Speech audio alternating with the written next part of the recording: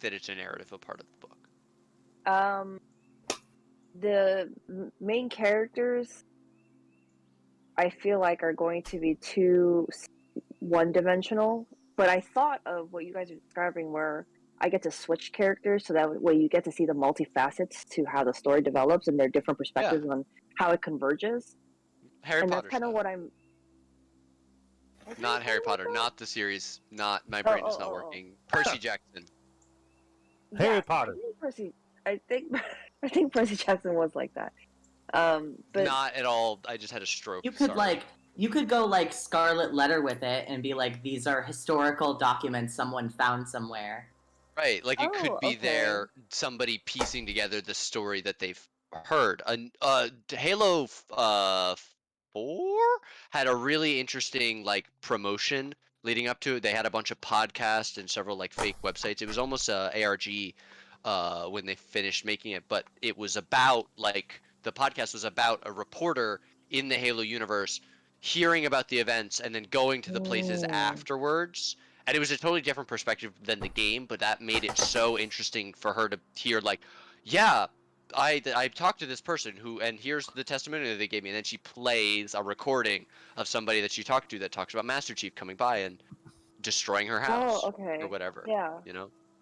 Yeah, I think I'm kind of leaning towards the multi-point of view thing, only because I feel like I really want to talk about their perspectives on what's going on based on their own backgrounds. Like, one individual is very like religion, like a spiritualist. So looking at things, I feel like that person would have a different perspective than the materialist, and, character, etc., etc. The fun thing about that also is that you can write pretty much any part of the story and kind of put it together how you think, the chapters that you've written have flown, like how they, flow through each other. Yeah. Yeah, that's true. That's true. Because you sound like you have a lot of, you probably have a lot of ideas, and some of them are more specific than others, so you would start with those, and then those would influence how you write later chapters, because you have more of a knowledge on how the lore, works. Yeah. I'm reading a book, Hyperion. It's a sci-fi book. It has a narrator. Yeah, but other people tell their stories through, letters. You find out about other characters. Like, it's 5 dudes on a spaceship, and they're going to do a thing, and they're telling their backstory of why they're doing a thing. And one of the guys is like, for me to tell you my story, I have to tell you this. Because he's, searching for another guy, and he's like, my story intertwines with this other guy, and this is his story, and that directly ties into, what's happening and why it's happening and all that.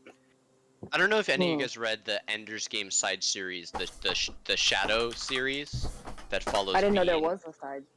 It's actually, in my opinion, a stronger series. Ender's Game. The first one is called Ender's Shadow. It's from Bean's perspective, and it follows Bean after the first book. It follows him going back to Earth and dealing with Earth's politics after Ender leaves. It deals with that 100 years before Ender arrives at the planet when the second book in the Ender's Game series starts.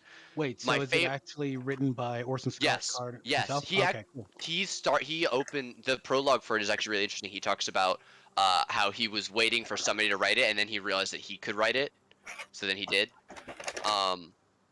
So despite being a shitty person, I respect. Oh, super homophobic. Oh, really? That's so disappointing. And anyway, my favorite character, my favorite thing about that series is that it does the split. Like, you have all of those characters who are Ender's friends from the original series, who are all characters in it, and you get chapters from their perspective.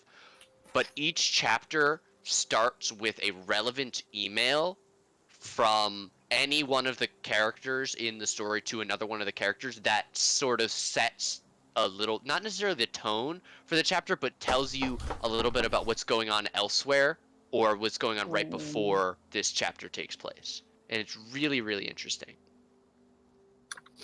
Thank you for your suggestions, y'all. I'm writing it all down. I promise I'm paying attention.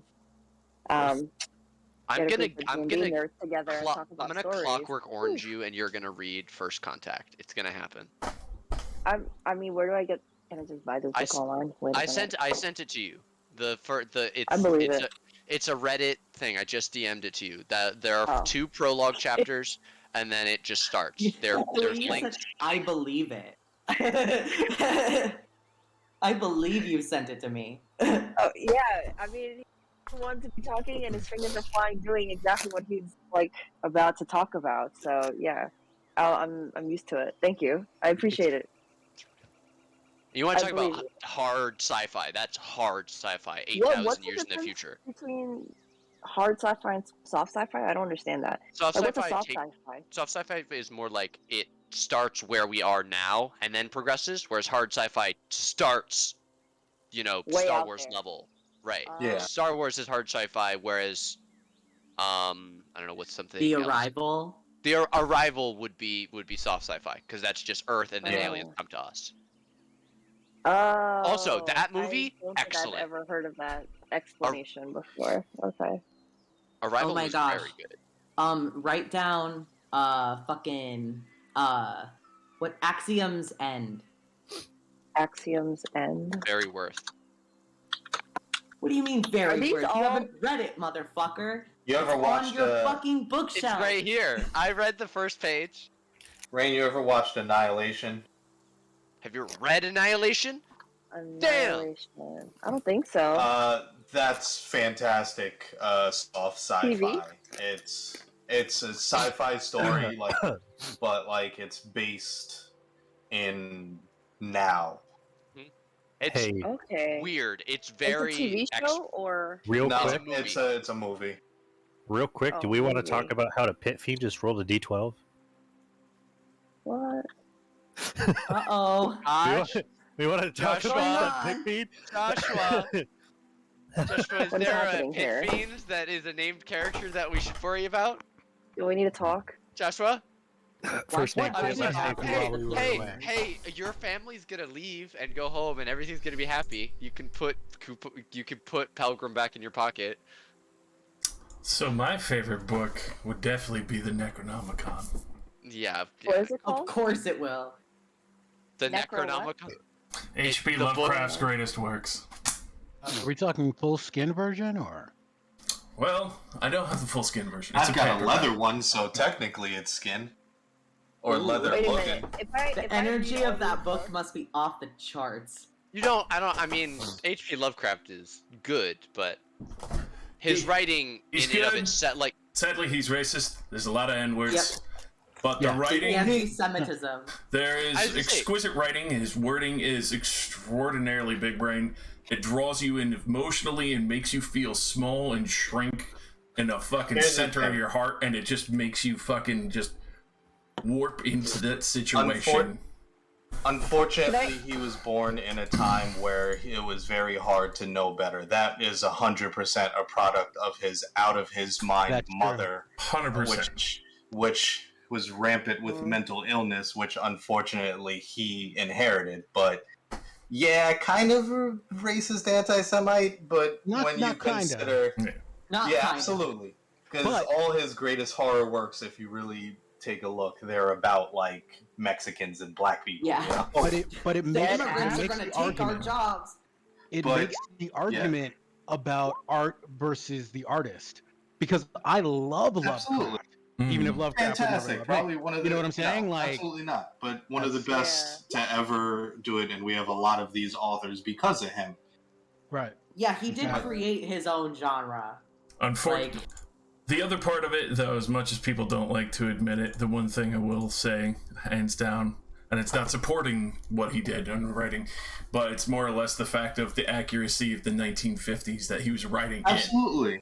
Right. It's a product of its time, and sometimes you kind of got to remember that, you know? Yeah. It's hard to base someone so long ago on what we think of now. He's a shitty person, absolutely. I'd probably kick him in the ass if I ever met him. 100%. But thank you for your terribly good work. Your phenomenal brain rolling that 69.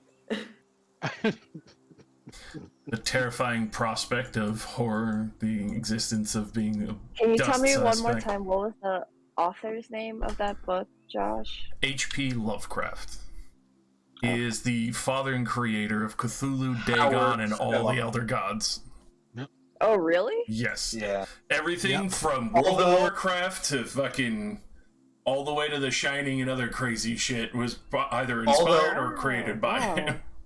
Although some of that shit is based off of real mythology, though. Ancient and Sumerian and Aztecian lore. Okay. DM, are you ready to start, or could I ask one more quick question? Be my guest. No. Okay, really quick vote. Is it better to be really descriptive of a story, or is it better to have more dialogue and action in the story? There's Both. definitely Kind of story you're balance. trying to tell. Yeah, there's definitely The points answer that is you always want. balance. Yeah, half and half. Well, what? Balance Half and half? is always Okay. the answer. You need too much action gets repetitive, too much dialogue gets boring, too much description, you're Tolkien, and Well, you're not Tolkien.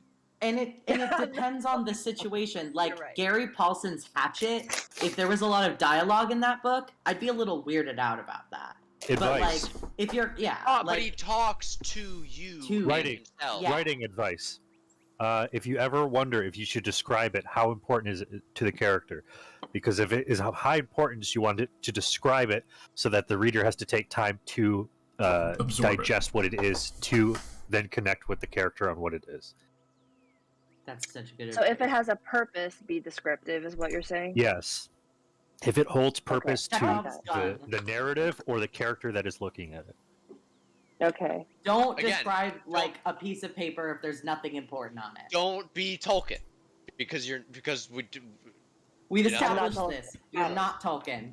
Give me 8.5 by 11. Whenever you go to write Card something, just stock. remember Obviously you're not meant for an Tolkien. executive. Also, I'm Or, not. You're also not whoever wrote. The Dragon Tattooed books are really good with that. But I've his read those. writing's Those are really actually good. really well. You're But, not yes, you're not baiting. 20 minutes of an open-faced sandwich. okay. All right. Look, We- if that's you are all. we need all to prepared? okay, here's the thing though. If you need to spend 20 minutes on that fucking sandwich, go right ahead. Yeah. Fix it in editing later. Always remember you can go back and edit. Just write exactly what And you it's think you need to write. it's okay and then to you'll cut. go back and read it and you'll be like, oh, why the fuck did I describe the sandwich for 20 minutes? That's what the editorial's for. And then chop it. Yes, and then chop it. Don't Guys. definitely don't worry too much about what you put on the paper. Put I'm something running on the out of- paper first. I'm running out of 3D Doritos. Best way Oh to no, describe not the We should pop-up start. Doritos. Yeah. So We'll be starting. I'm gonna leave for another 40 minutes to go get more 3D Doritos. No! Are they God better damn than the 2D ones? Yes, they're better than the 2D Doritos. Not the.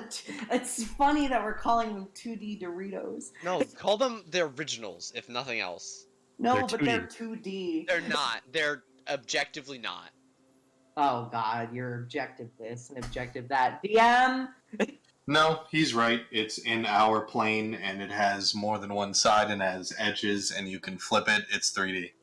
The last thing I need is somebody to tell Nate he's right. Hey, that's the hey, can you last prove it? thing I need. Can you prove it? Yes, Yeah. I Yes. can Hold with my the Dorito. bag of Doritos. I don't know. Flip That it, looks Ridges. 2D to me. I That don't entire know. I'm your seeing entire it on why camera- you an can international help plane because right it now. has right now, so even you when I can't turn prove it. anything. You're 2D. The Doritos 2D. No, From you my don't perspective, you're wrong. From your perspective, the Earth is also flat, but it's not. No, it's so, round. Not by your perspective, not by the logic chain you just said. You cannot see that the Earth is So round I from your see you're current trying to put perspective. words in my mouth. I'm not. Uh, I'm no. following your logic chain and applying it to no, another you're situation. not. No, you're just That being is a exactly what I did. No, I can be he's both not being correct. a dick. I He's can be being both correct autistic. and a dick. Look at Saki. Everybody look at Saki. He's 3D. He's definitely 3D. Spots. There's a fluffy Saki.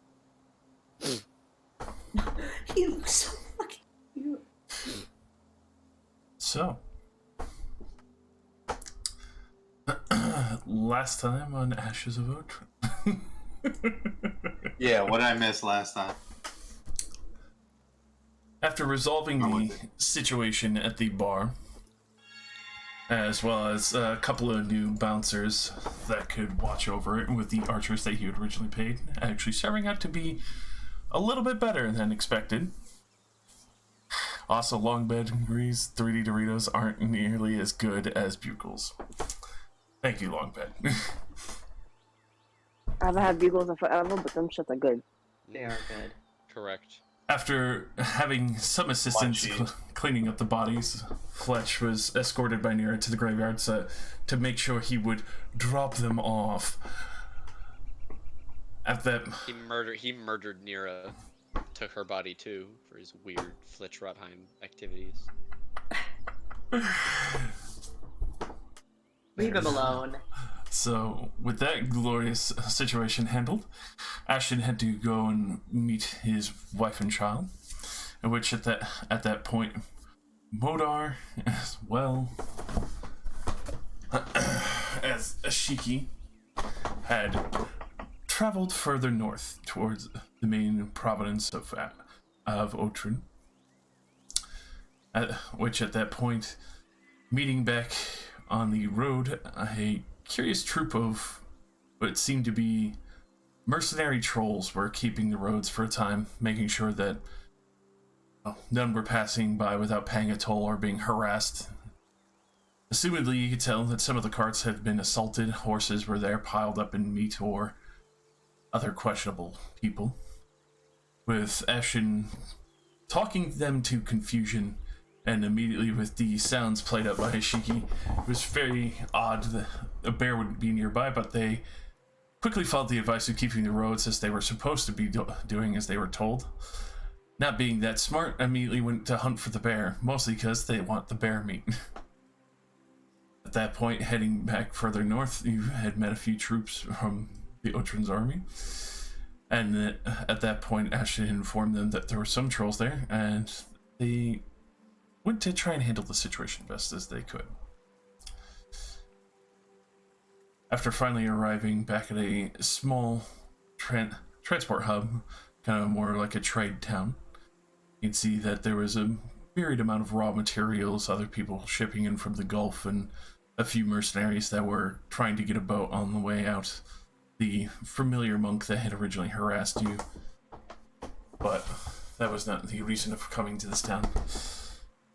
It was at this point that you had met back with your wife and child at the inn where Greyfawn had originally kept it ready for you, and also waiting rooms, obviously not that expensive, especially being returning customers. Very heartwarming and heartfelt situation where everyone got to see that Ashen's daughter was a training alchemist and also had a small little gift bag for him. At that point, spent few nights as the ferry was busy with other mercenaries and trying to make sure that they were safe. But spent some time with his wife while his daughter got to know the rest of the party, and also Kuposhak trundling along behind them and made dinner for all of them. And cookies. It was at that point, after a few nights in wonderful respite and just peaceful talking and even buying a few potions from his daughter that she had successfully made, decided to finally head back out once the ferry seemed to be safe for the time. Obviously, no other mercenaries in town, just quiet tradesmen or farmers and such bringing their raw goods into market. At that point, everyone finally decided to head back to the Deadass Tavern.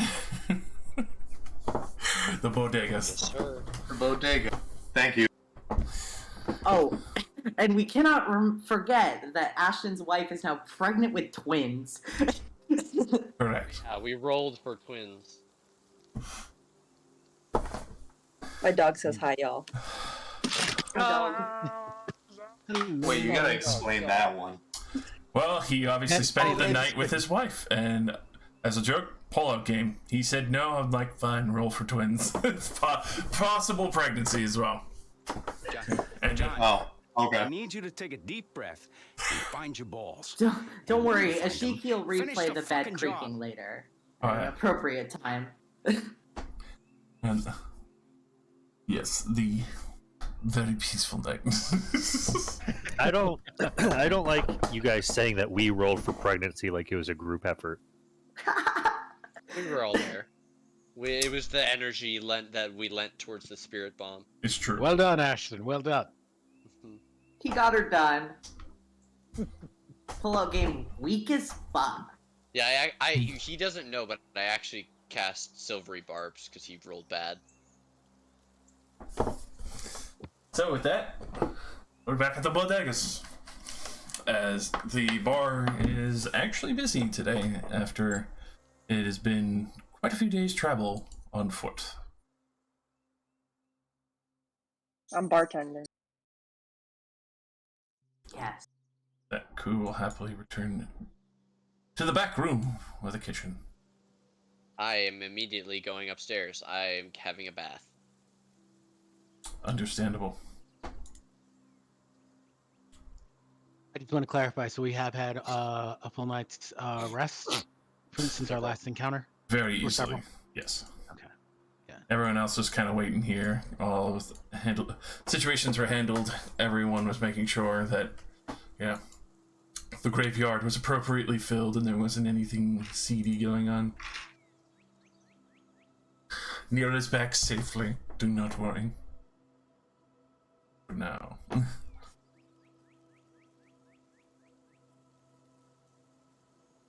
But yes, obviously with all this handled in situation in stride, you see the other lads who have been appropriated for your business ventures and such. Do they have names?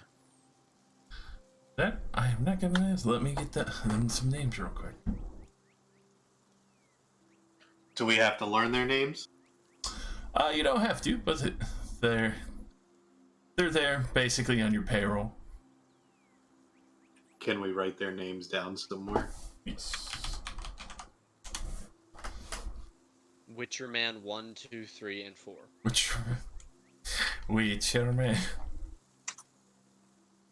Possible Witcher material? Question mark.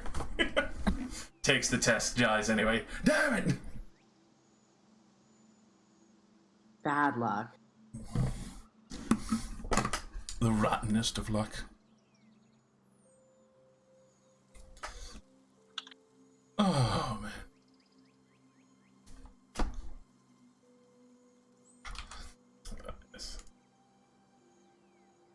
Ashiki is over on that chair, just strumming away,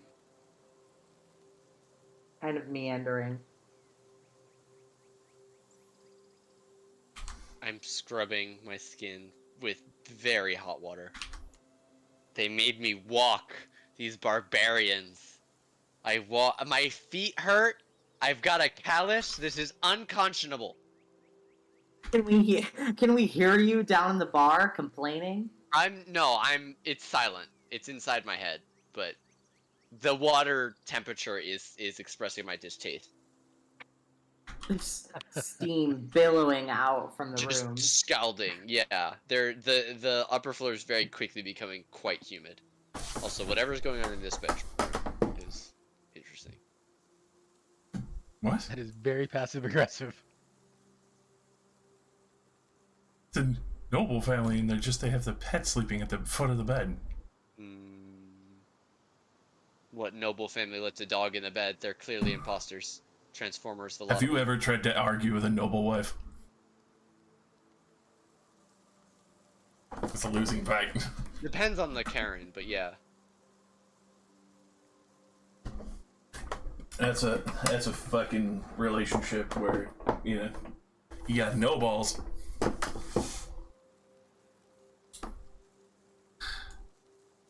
But, yes. As for the 4 that you've hired, Bentley, Sigwald, Bohem, and Corbin. Have they been Also, on we shift hired all night? Yeah, just bouncers for the bar. Are they useful? How are they doing so far? Well, they did help you light up that regiment that came to fight you originally. Okay, Pretty great. helpful. Oh, if you guys haven't figured it out yet, we hoard NPCs like Pokemon. Yep. Gotta collect them all. You're scatting? Yes, I am. She spent time with a jazz musician. Uh-huh. He's had a very interesting life. Colorful, certainly. Okay, racist. Because you're a parrot?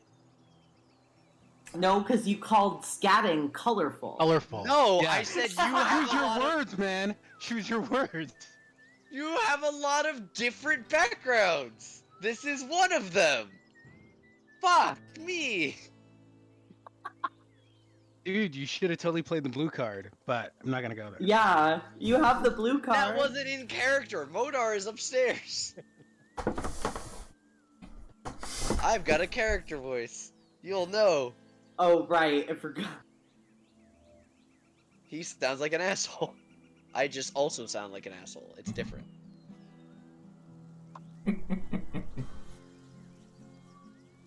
Okay, well, if Modar is upstairs and the OGs are down here, Thalos is gonna try to get Rain and Ramus to head downstairs into the basement for a chat. I watch too many horror movies. We're not doing that. Ramos, come on. We must speak. Brain's like, we got these big ass weapons. What you scared of? Come on. Wait, where's the entrance to the goddamn basement? Hold up. It's outside and back. This thing right here.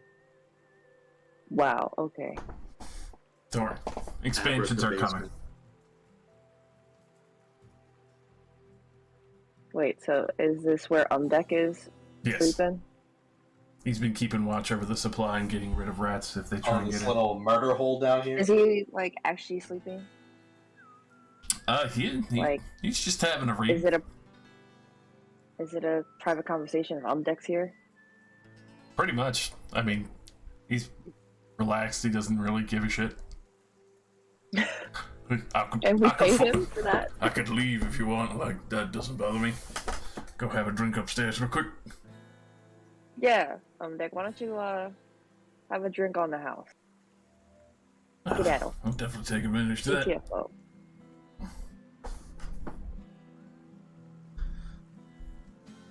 You really go straight for the good stuff. What? Obviously, especially downstairs, not really anyone can hear you unless they're in the room with you. What's that? Okay. Oh wait, hold on. Let me move myself over there.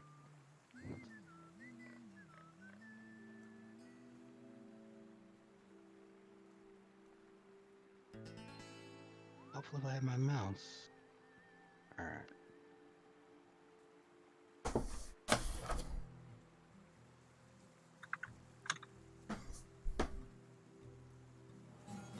Okay.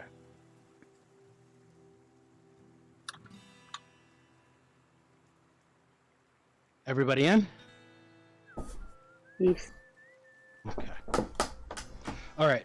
Thalos takes a moment and sits cross-legged on the floor, beckoning for his two allies to do the same. Modar, get. Sorry. What you doing? Huh? Where you going? Sorry. An opportunity for physical comedy was too much.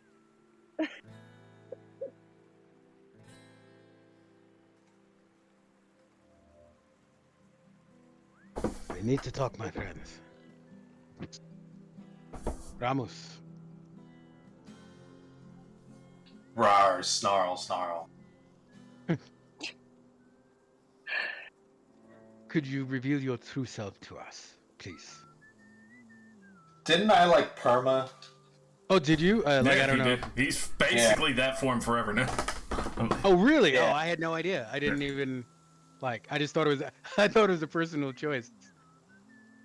No, I could only originally do this for so long, and lore-wise for the class, some have basically like lost themselves into it, and I was like, well, if I, can we work that towards me being perma tiger then, without going absolutely nuts? And he said, okay. Okay, so you don't have to worry about going nuts because like every time you swing, huh? Oh, I still do. That's why I do all those random wisdom rolls during battle. But yeah, Well, now I don't want to be locked in a basement with you. Fair enough. We should talk. With the departure of your brother Jin, I think that it may be time for a bit of change before our next mission. I don't like change. what kind of change? No Oh, that's what I stranger meant. to it. What kind of change? Listen, we have always played the game as if we are mercenaries, yes. But we have been charged with a greater mission at this point. I think what we need is a leader.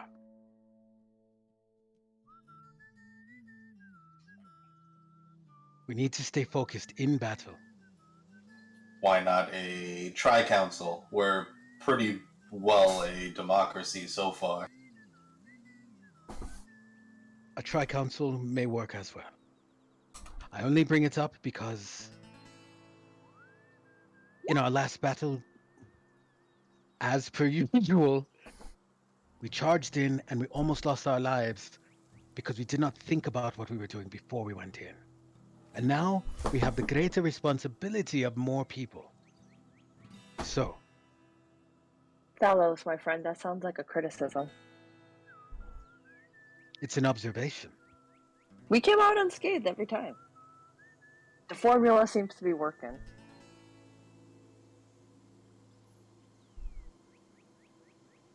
I'm,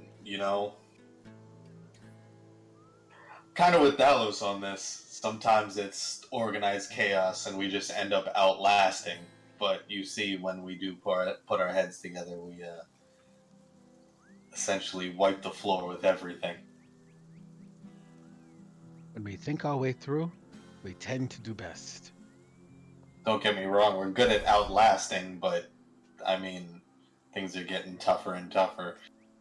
No one out chaoses chaos like the dead-ass rangers, but normally speaking, this is a role I would happily have ceded to Jin.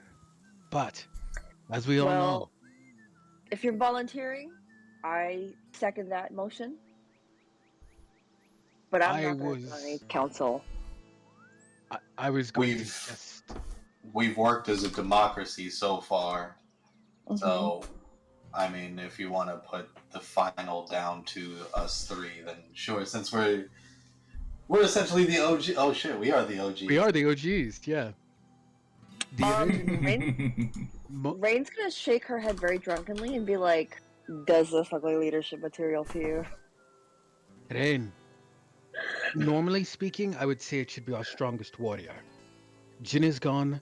Ramus would normally be my second choice, but Ramus, as we have both seen, no offense, my friend, but that sword of yours may be more influential than you think. So then I look at Rain. I thought Rain's just gonna be like, try not to make eye contact. Be like, not me. If you're volunteering, though, I third that motion. I was volunteering you, but if you're volunteering for yourself, I fourth that motion. Then for now, let us go with the Tri-Council.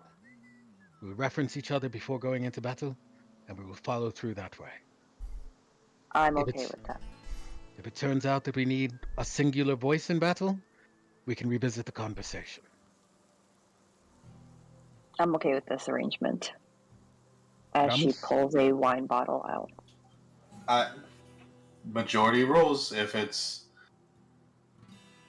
both of you good with that, then that's what it is. It's 2 against 1. I look at Rain and I say, "You know I believe in you. Yes?" That makes one of us. I mean, I'm still for the idea of three people butting their heads together makes for more Oh yeah, no, that's what we perspective. But that's what we said. We'll go yeah. with the Tri-Council. All right, so let's do it. Okay. So back to drinking then. Yes, Upstairs? back to drinking upstairs. Yay. Not that Rain's an alcoholic or anything, but Ramos. Things have not changed. If you find yourself falling into the darkness, and if you see me falling into the darkness, I don't know if you remember the agreement we made, like when you first got Rotanapar, but yeah. All right. In that case, I just give you a nod. Doesn't have me yet. Thank whatever gods you believe in.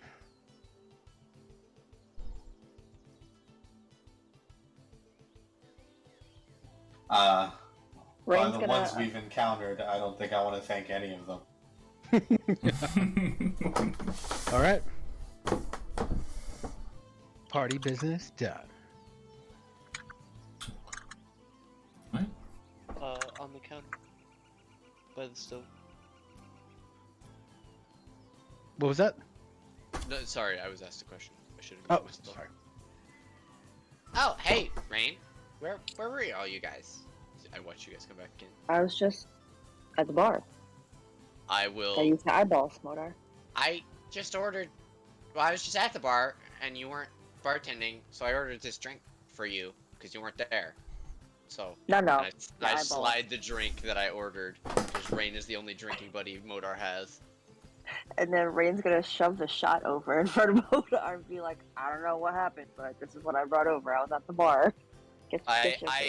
I pick it up, and as is the tradition, Modar, without sniffing it, shoots it and goes, tequila?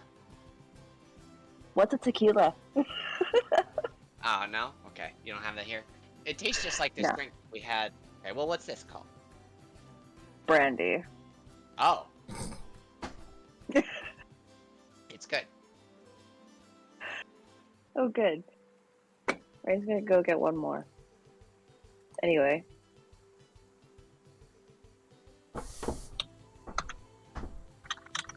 Drank. Carouse. Mm-hmm. So, how many days are we in town for before we're heading out? Actually, I was going to ask you what you thought of the situation. How well rested are you after your adventure the other day? Oh, I'm fine. We didn't even really do much. I mean, God, my poor feet are gonna be killing me. But, you know, I'll be alright. Why did you not use your carpet? What Modar happened, Rain? drinks again. It's something in the name of keeping a low profile. We didn't even ride horses. We walked. You poor thing. Look, visibly shaken looking. Mm-hmm. Clearly traumatized. Over walking, like for like a day. We had one night in the wilderness. I think we walked for 2 days. 2 days straight walking. Well, we had a next stop planned, right? Yes. And I pull out my map. Ready? Slide us up a bit. Back on the hunt then? I should Okay. believe so, my friend. Unless we have other pressing business, this is our pressing business.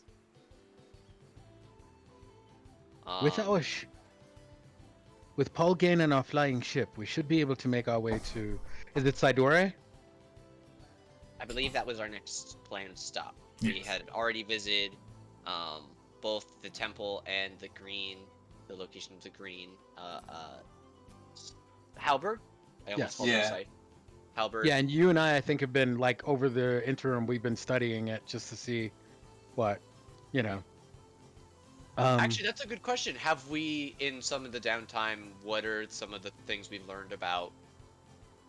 Like, this is the first time we've been able to study an item before combining it with the runestone and then after. So I don't know. As a magical person, would Talos and I have learned anything?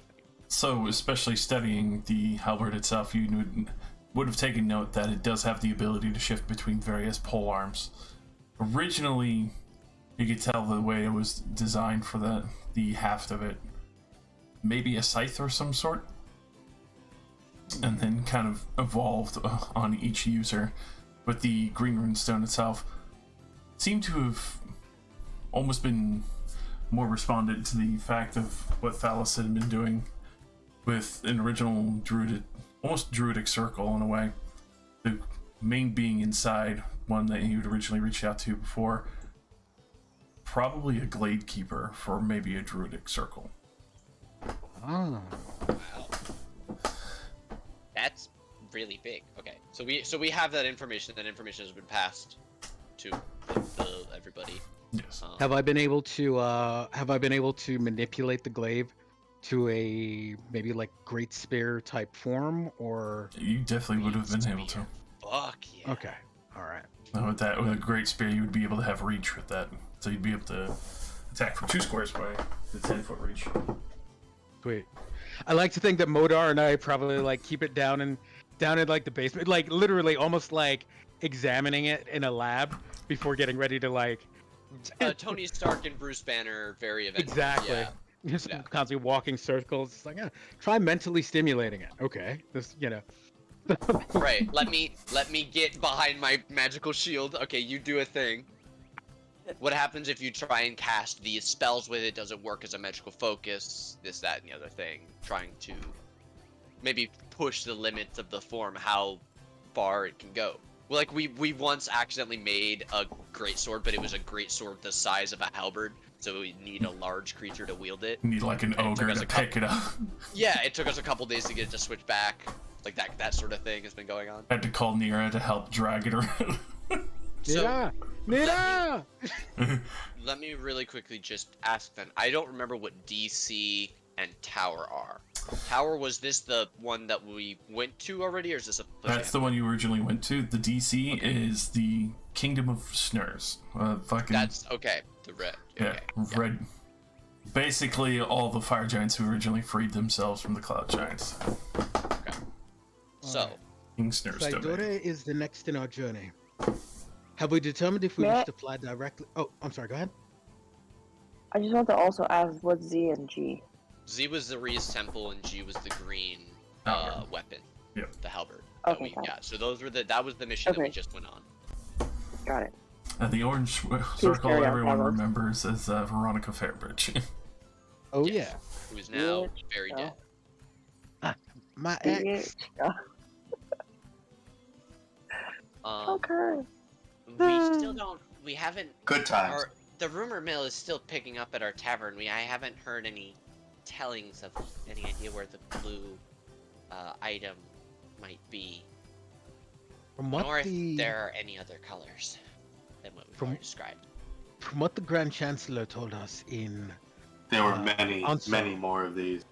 Yeah. there are many more, but there's a city beneath that lake that is powered by the blue gem. So we need to be prepared to perform a heist of some sort, or Well, a trade to these people, yeah. because we will be taking the source of all their light. What? Maybe. Do we know exactly what it is? Is it a source of light for them, or is it keeping their underwater city alive? Because those are very different things. I do not If recall. if it's possible to, maybe we make a pit stop and talk to the. Can we reach out to the? Do I have a spell to reach out to? I bet I could learn sending. But you would need somebody who might have knowledge on it. Do we have time to go back to the castle or to see the dragon? The dragon is in the sky. I don't know where that is now. That would definitely take a hard nature check to locate a floating. We'd have to find that. Yeah. Yeah, I would we're definitely all- allow you to look for it, but it does move. And it seems we know where at least one source of information would be. I wish we didn't have to go all the way there. maybe I could learn teleport. Oh, I have teleport. Maybe I could prepare teleport. Hey guys, I'm gonna go take a nap.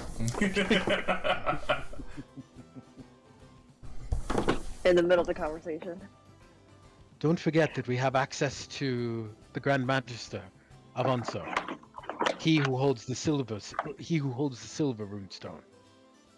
And is more knowledgeable than the rest of us. Yeah. He's been fighting this We war can for go centuries. see him. Yeah, that's who we should go see. I'm just trying to speed it up. I can get us there because we have we gave him some items that I would be able to teleport to that I would be very familiar with. And then Modar was probably more familiar with that castle than anywhere else in the material plane. So I could get us there and then back in 2 days. Modar, roll me an How long of Arcana a trip check. would that be? Huh? Roll me an Arcana check. How long of an airship trip would that be? For that, probably 2 to 3 days at most going there. So With the 18, I rolled a 4. First of the 4s. it's coming for you, man. You would assume that if the Magister were in the castle at the time, that the teleport might not work. Oh, there! I definitely took notice of the magical wards there. Yeah. They would not allow teleportation into the castle. Fuck. Okay. So if we want to do that, we would have to fly there. Is that important enough? Do you think that he would have more information? Could we? Can I? We're not near a great center of learning anywhere near us. Currently at the center trade roads, unfortunately not. Right, there's nothing close to us. That would be the closest thing that would have a library that we could research this sort of stuff. Yeah, you're kind of at the odd intersection of kind of like redneck trade routes where a lot of raw material and other things comes through. Well, what do we want to do? Do we want to go searching for information and lose a couple days? We're not exactly on a timetable, but we're not exactly not on a timetable. We've already had one group trying to come and take what is ours.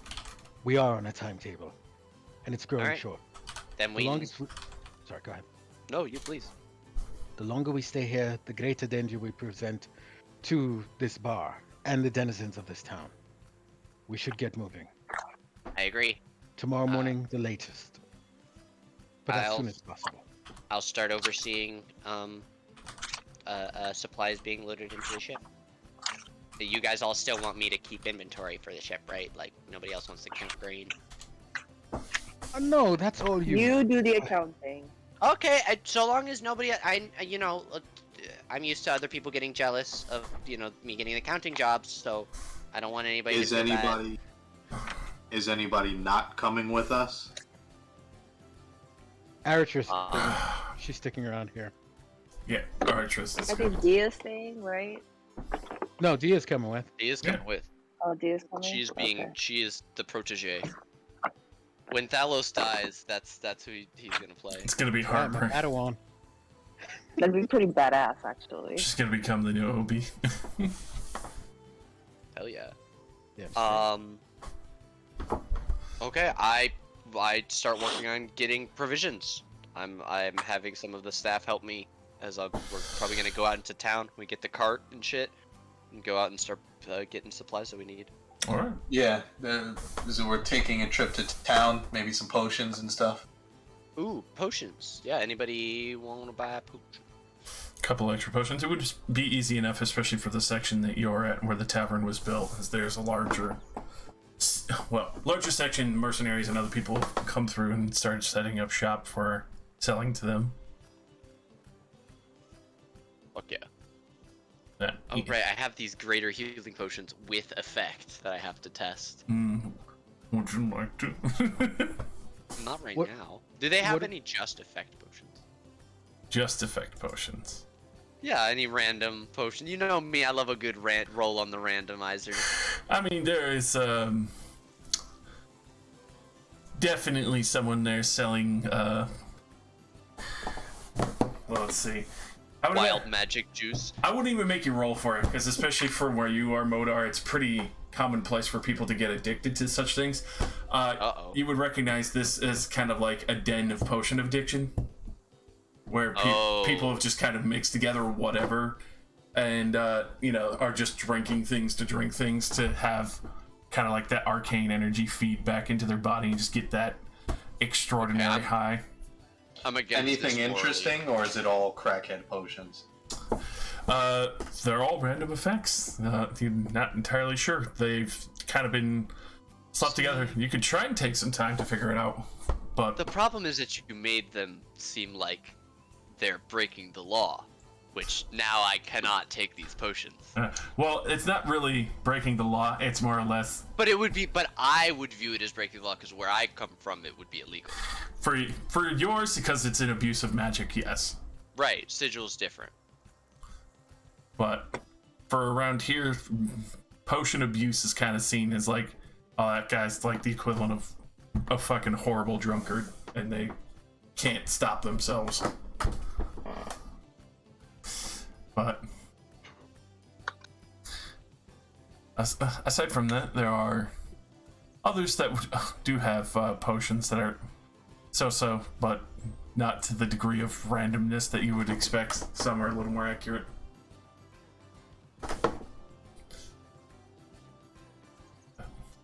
Never mind. Pass. Sorry. Fair enough.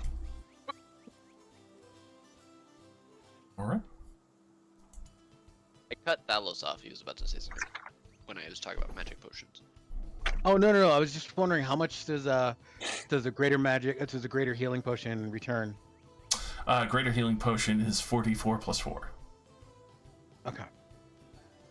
And how much do they cost? Those would cost 150. Okay. Greater are the uncommon ones. Yes. Yeah. Because it's regular healing potion, greater, and then need to look up. I believe it's superior, supreme. Superior and supreme. Yeah, I just pulled it up. Which supreme is like 88 plus 8.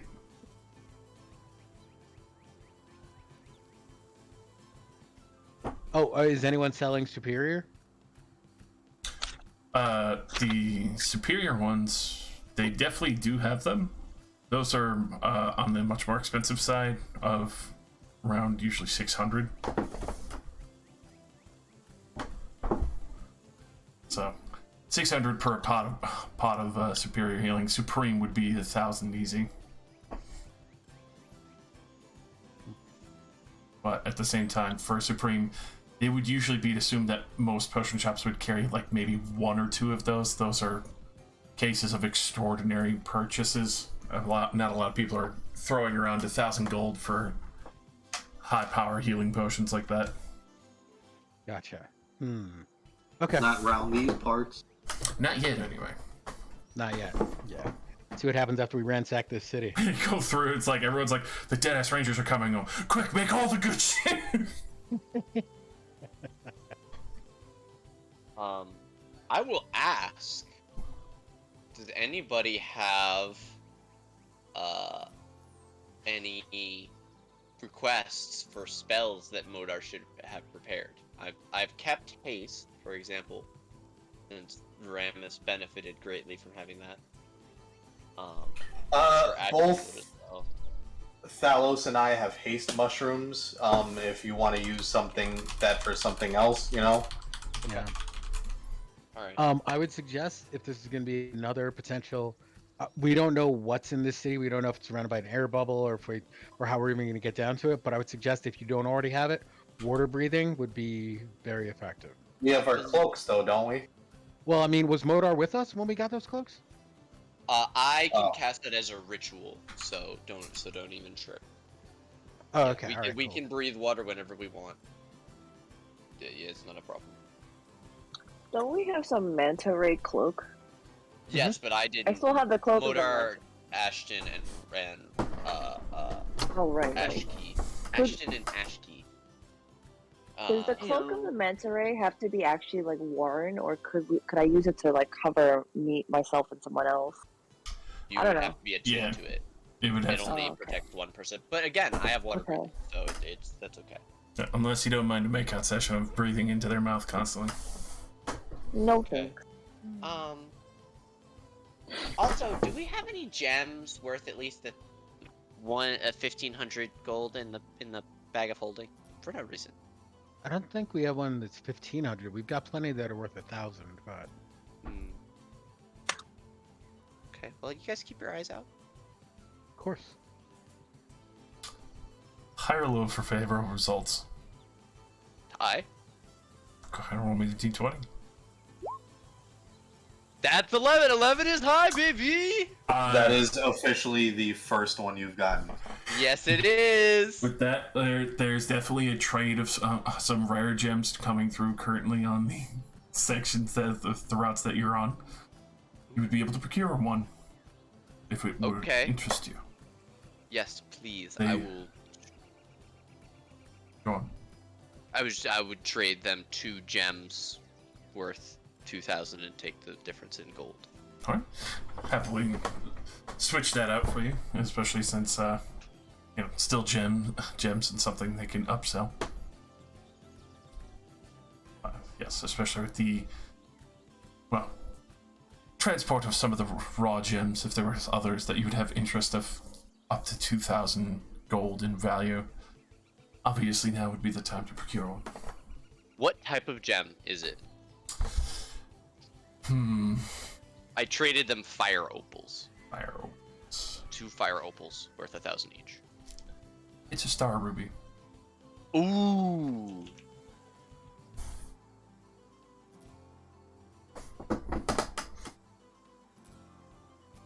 So I would, especially for that, I would imagine that's a lot more appealing for Modar. Crispy rare materials.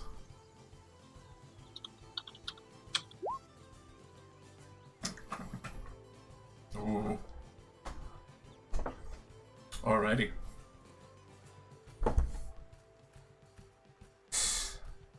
So, is anyone else having a purchase or just having a fun time kind of carousing around with the township at the time? Obviously nothing too heavy, but just interesting events. If anyone would like to roll me a d10 just for carousing, passing the time. Get a random event. Ooh, I'll roll a d10.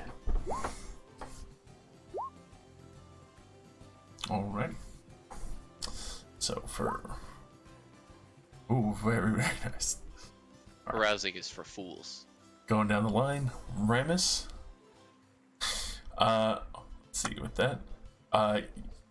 Especially for the night, you get probably a couple with the bouncers who kind of call you over to have a night of a little bit of gambling with them, especially with that nearby side.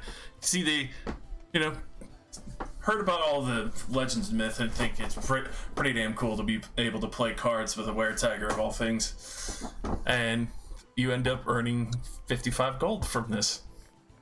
Oh shit, alright. Who earned 55 gold? Remus. What? Carousing. Making money. Yeah. Ashton, for you, you actually managed to catch a few pickpockets who are trying to upkeep on the game and a few other tavern dwellers. With that, you're actually able to stop them full halt, and they're returning all the wallets for the night that they were perusing through, trying to take. That the pickpocket's name is Delilah. And Ashiki. Yes. As you're kind of strumming along and listening, there's this person who comes along, for whatever reason, starts buying you drinks. You're not sure why, but then you see that they are possibly a cleric, and they get so deep in their cups that they keep trying to talk you into joining their cult for a god of animals. They seem to be constantly talking about worshiping the trees and protecting all the animals, almost like a druidic circle. But it would be great to have you along because you're like the greatest representation of that. Just hanging out with you the whole night.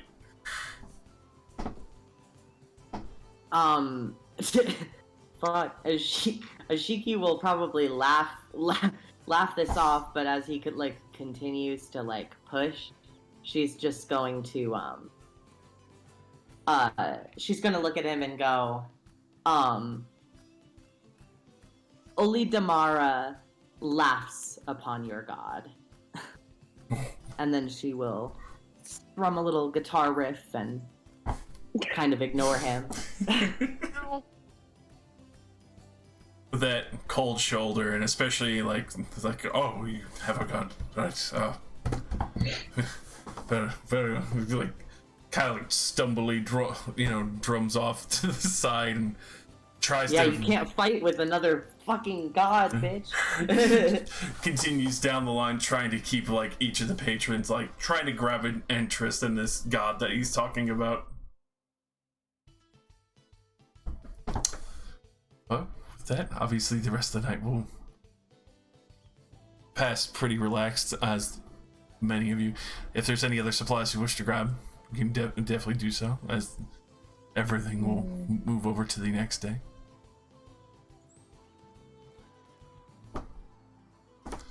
Paul Gang definitely spends some extra time with Nira and everyone else who's available to help load up the ship the rest of the way. DM God, is there such thing as any decent shoes I could get?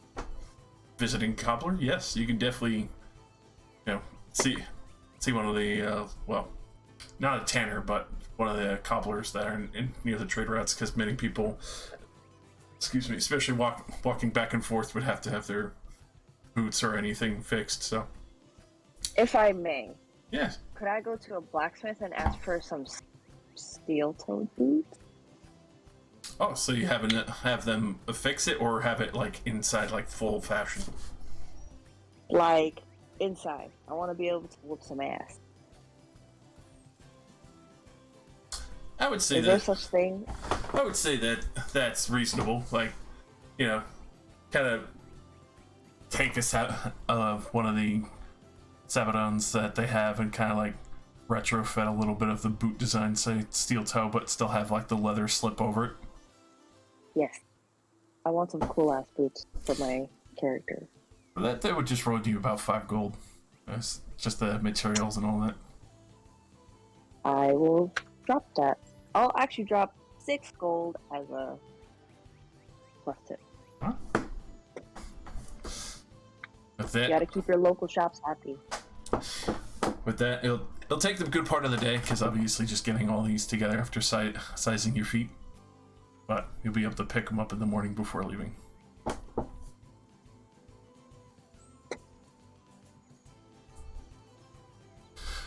Alright. Thick. So, with that, steel two boots acquired, some rabble-rousing and carousing. Heading out to Onso? As in the morning, or sending a message? We're heading out to Sidora. Yeah, I think they didn't want to. Right. We're gonna go right there Didn't because wanna time was wait. of the essence. As you guys are all coming out and getting ready in the morning, you see a somewhat tired-looking Modar and a second Modar that does not look tired walk in behind him.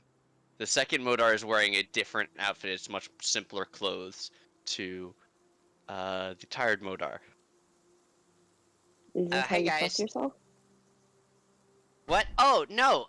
This is me. Me say hi. Hi. I made Hello? him out of straw. He's me, but he can't learn or grow. I'm like this Hi. forever. This is You too really Mr. relate to Meeseeks this for guy. me.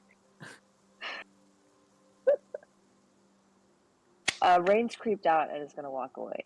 She's too sober for this bullshit. Ramus is like, She's over. yeah, that's weird. And we've I seen mean, some why? weird shit. I just made another meat. I am now Okay. strong enough to Generally, do in our that. experience, usually that's not by choice, at least so far. Never really ends well. Ashiki is actually really offended that you would make a creature that can't do anything new or create anything right in front of her face like that. Did she voice this? She's a little like she's actually over there talking to him right now. She's like, "So, do you ever feel like maybe you are like destined for greater things than what you can do right now?" No, not at all. I'm gonna keep doing the things that I know how to do forever. He's a bureaucrat. That's what he's gonna do. She's like, this is a member of the oppressed. I cannot change. So yeah, these are my friends. They be nice to them, and help me protect them. Especially that one. You're basically his bodyguard. And I point at Ku. What? I have created a way to keep Ku alive, guys. What is this? Well, my life depends on your survival, and my life and me's life also depends on my survival, which depends on your survival. So me is gonna protect you. I don't think he's gonna stealth very well. Well, he can go invisible, so So can I. perfect. You'll be like best buds. When you get a chance, can you duplicate Modar's sheet and I'll Yes, make I the can. necessary changes? Talos will go to original Modar Hi. and whisper to him, "When it eventually betrays you, I will help you kill it." my Oh friend." no, don't worry about that. He's a good guy. Gives him a wink, walks off. No, he's me, so I know he's good. Right. Ramus looks Yeah. at him again. Yeah, that's still weird. I mean, I Just can make know one if- for you. if I can you're make one trying- for you. If I wake No, up and God, you're, please, if I no. wake up and you're trying to stab somebody, just know I'm really not going to try and figure out which one it is first. Well, I mean, I'll be where the one. It's okay. I understand the sentiment, and I can see how you would see it that way. But like, he's here to help protect Ku. Your friend is tied to his life. That should be good. You just see. This is a good thing. You look back and Ku's like slowly pushing the dagger towards him. Modar, it's Modar, so he's going, hey, and the magical shield is in front of him. I was just making sure you're like not an illusion or some shit. Well, he starts to go into the technically simulacrum is an illusionary spell. What you're seeing is an illusion formed around the snow and straw that forms up my body. Fucked up. Yeah. I'm so glad to have a second Whatever campaign with happened- Simulacrum. Whatever happened to our griffin? They're all chilling out in the stables. Okay. He doesn't get 7th level spells. Oh, yeah, Drake Hound is gonna stay. While I love the actually no, he's gonna stay on the ship. Never mind, I take that back. And we're taking the ship with us, right? Hell yeah! Of course. Okay. So I'm gonna bring Dobby too.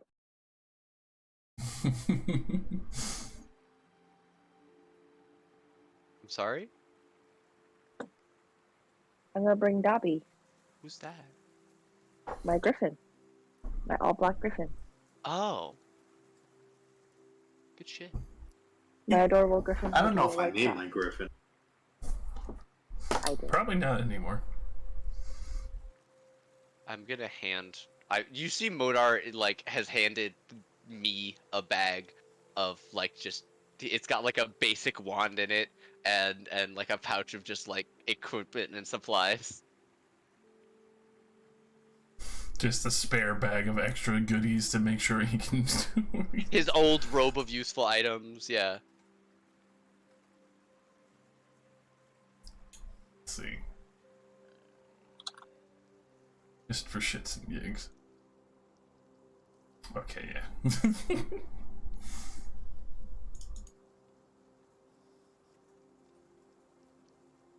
Who probably just vanishes before everyone's eyes.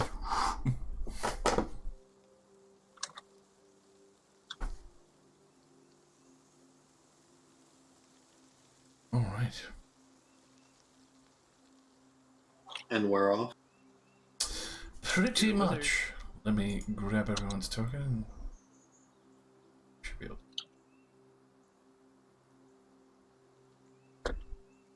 Just had to give my page a quick refresh as it was all locking up.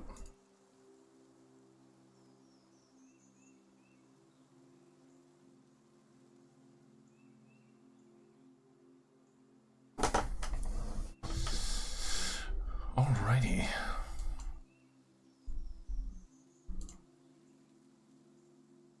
Is anyone else bringing along the Griffon? I mean, it's on the... I thought that we were kind of keeping them on the thing for now. Oh, you definitely When can. we need I'm them. just asking what you want to do. Taking them with you then, I assume, for everyone. Yeah. Yeah. Alright.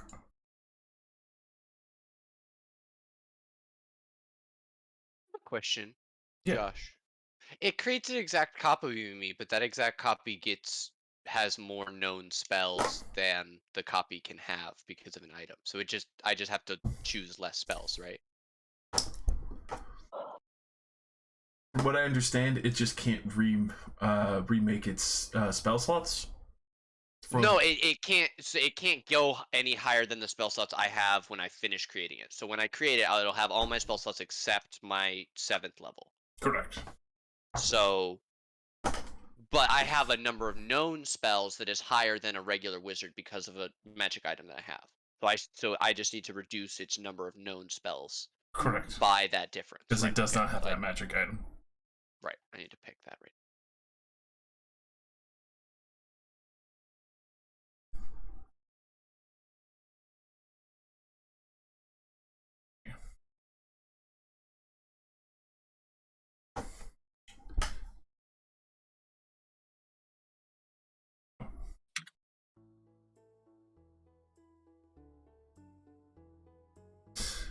Oh, that's adventure music.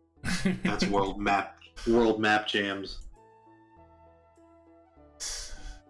As you are all getting prepared, I would imagine for you, Ashen, this is probably the first time you've seen some airships, but never been on one. First chance of being able to get lifted off into the sky that wasn't on the back of a griffin or something. Very different, especially for the wind flowing through your hair and the fact that it does get a little bit colder this far up, but being able to see basically everything shrink from the comfort of being able to walk around and know that you still have like the full amenities between the bedroom, bathrooms, and kitchen and a mess hall and all that. Even the hold down below has like small, almost like banisters and small windows, and get some fresh air in between.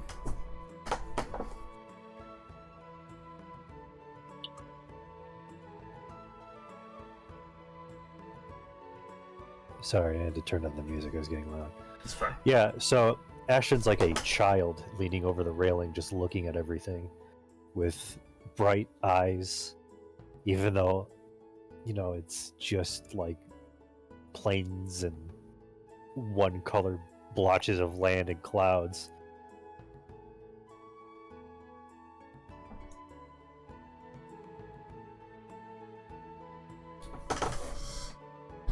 With that, Nero will keep close to the main walls and all that, and just kind of stay away from the banisters that have pretty much only come up to her knees. All getting, especially the griffins, kind of that flit around and remain on the upper decks between the aft and the foremast and all. Shouldn't take us more than a couple days going up there. I'll be sure to keep eyes out in case we see our, well, friend in the castle once more. Or something interesting. Who knows what we'll run into up here. Fair enough. Hopefully not another giant bird that we saw pass by.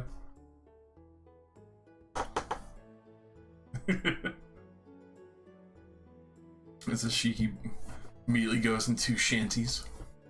Yes. Singing her sea shanties. Hell She's never yeah. been on an airship, but she's certainly, seen one, and she's been pretty high up before. She's just kind of looking around. So it turns out Ashiki isn't a flightless bird. No, well, now she isn't. She definitely appreciates being in flight, but it's mostly just done well to make her sad that her wings don't work. So she's trying to cheer herself up with some sea shanties.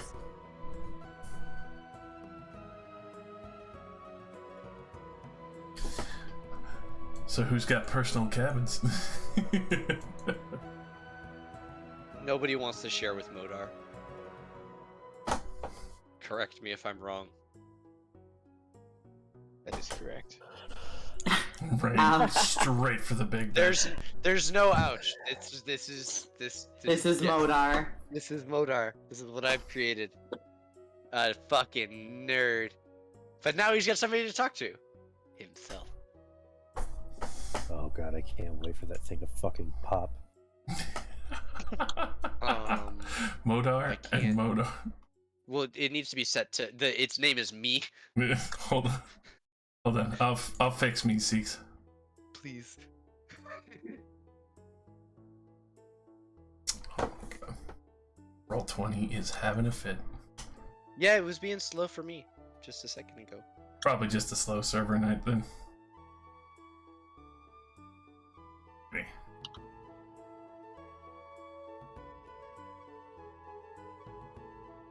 It will be Oh, this is not the bow. The bow is up here. Yes. Actually, I want to be by Paul Gain. I'm gonna be backseat driving. Ashiki's gonna nudge Ashton and be like, "Hey, just try not to fall over, okay?" What? Why would you say something like that? Because you're looking over like you've never seen anything before, ever. This is your first day. I was an infantry unit. I have never been up that high.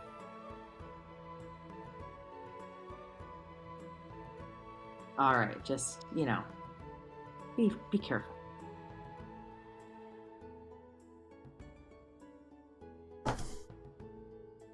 Alright. So, where's the steerage? The storage, or? Oh yeah, no, I see where Paul Gain is. Yep. Over there with the Modars. All right, great. He's he's at the back helm. So the chamber underneath, is that the captain's quarters? Is that navigation? Is that like captain's quarters? The Rain has obviously taken over the bed, but obviously has a nice meeting desk and charter table, along with a captain's login and personal wardrobe and all. Lucky. Rain's just all in his cabin. That's fucked up. Dallas will be Laying going on, over the on map. the bed and everything.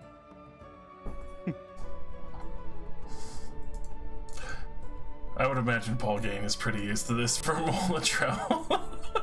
Ravis is in his and Nera's room below, meditating with the sword to see if anything interesting, if he can try and reason with it again. All right.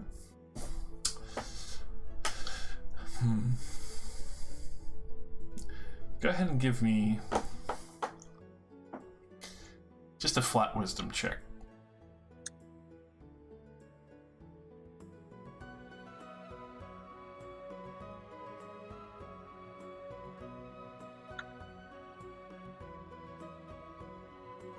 For you, Remus. Oh, there.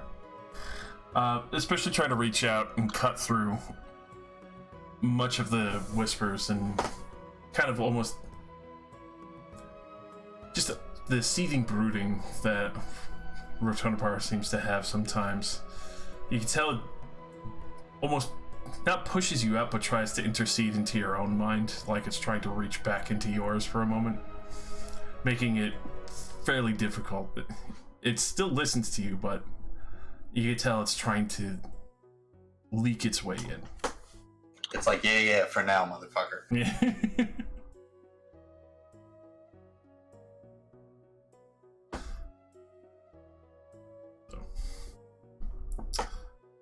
That on the other parts of Trying to catch me slipping.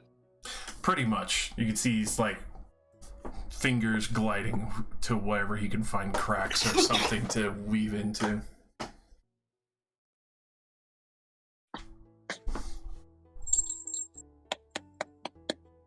How's it going for Paul Gain being nagged at?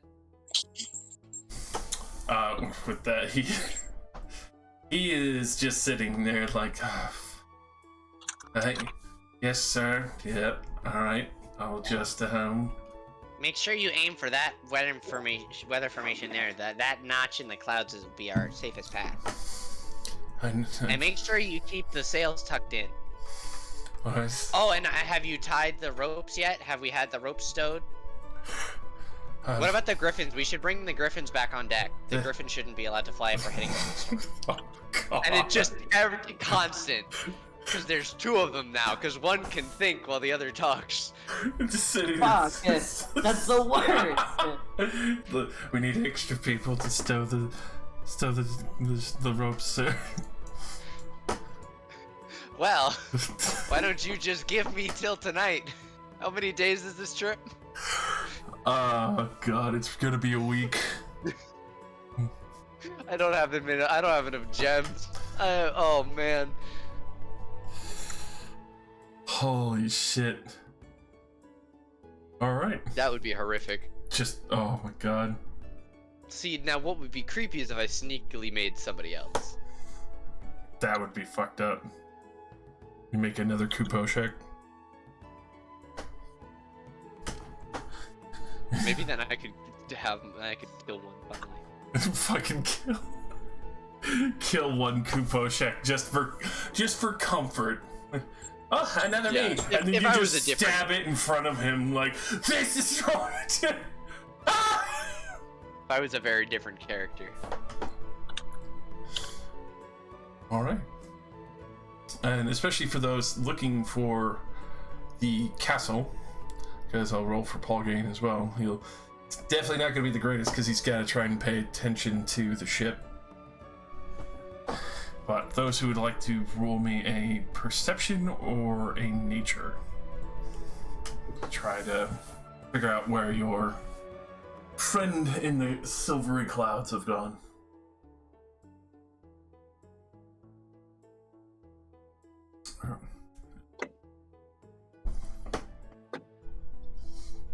Oh. Y'all know shit. Bards, baby. Eagle-eyed Ashiki. Alrighty. So. Good lord. It's already difficult enough to spot this castle in the clouds. Especially for when you had originally seen it anyway, that most of it was covered over almost by like a mirage cloud that it kept producing and emanating. As you're going along, it would be around the second day, Shiki, you would take notice immediately. Everyone else kind of probably glanced over it for a time. Definitely make note of a very distinct, rampart and crenellation of a castle in the clouds in itself, and they're even able to kind of spot out, even with the heavy clouds that it has currently, that's definitely what they had mentioned previously, like some kind of castle floating in the sky. Like, it's not pin dots like originally. This one's much closer.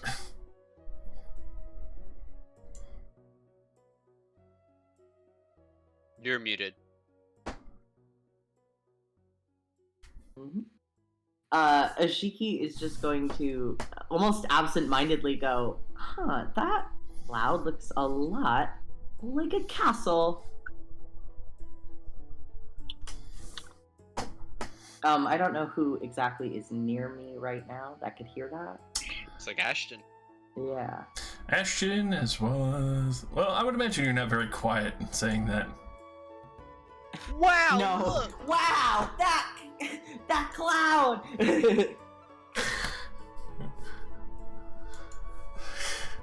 So, probably Dia would hear that as well then, because Nero would be definitely downstairs at this point.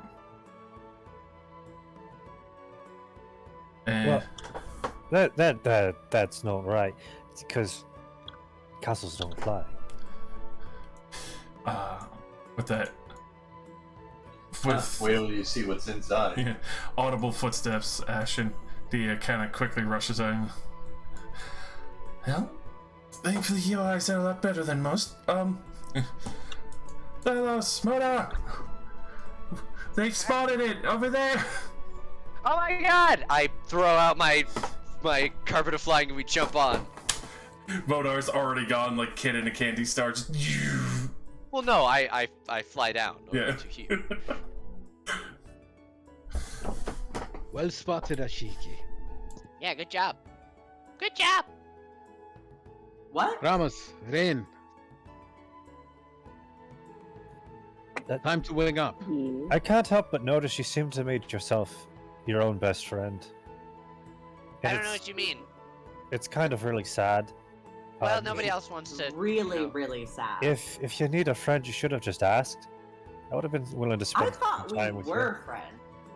I don't understand why me making a personal bodyguard slash spell. You gotta repository that understand, it's a protect- very visual representation of masturbation. You're just playing with yourself. Oh, ew! I would never. Ew, gross. I No, like what? touching nobody would yourself. ever, Then you Modar. need to know- That's the point. Then you Ew. need to know how we're feeling right now. It's very. Oh, I'm really sorry. I didn't know it was like that. We It's know not. it's not like that. I'm but really it sorry. Feels like that. Do you know what Oh, I It just feels dirty. I look at me and me looks ashamed. mean? Here's the thing, though.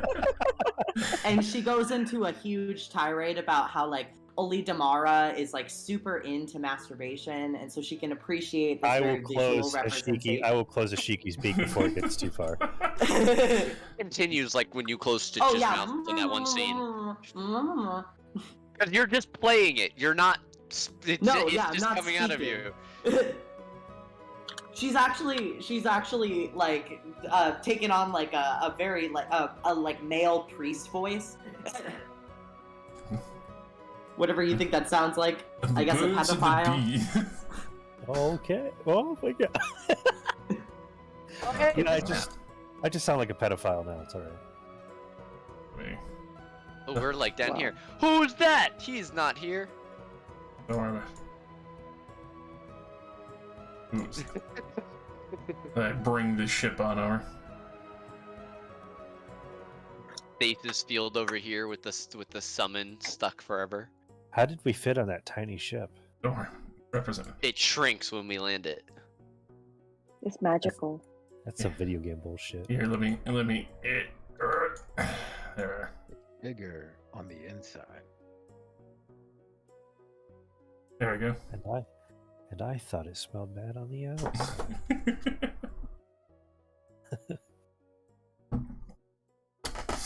All right. So, especially landing down at a familiar location, you know, would be a lot safer than previous where you had landed before.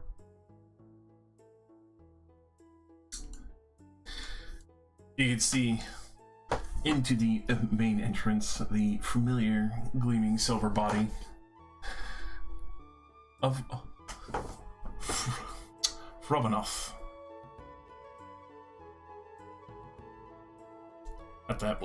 At that point, you do see the sleeping Jotun that sits in the chair before you, surrounded by the various gold.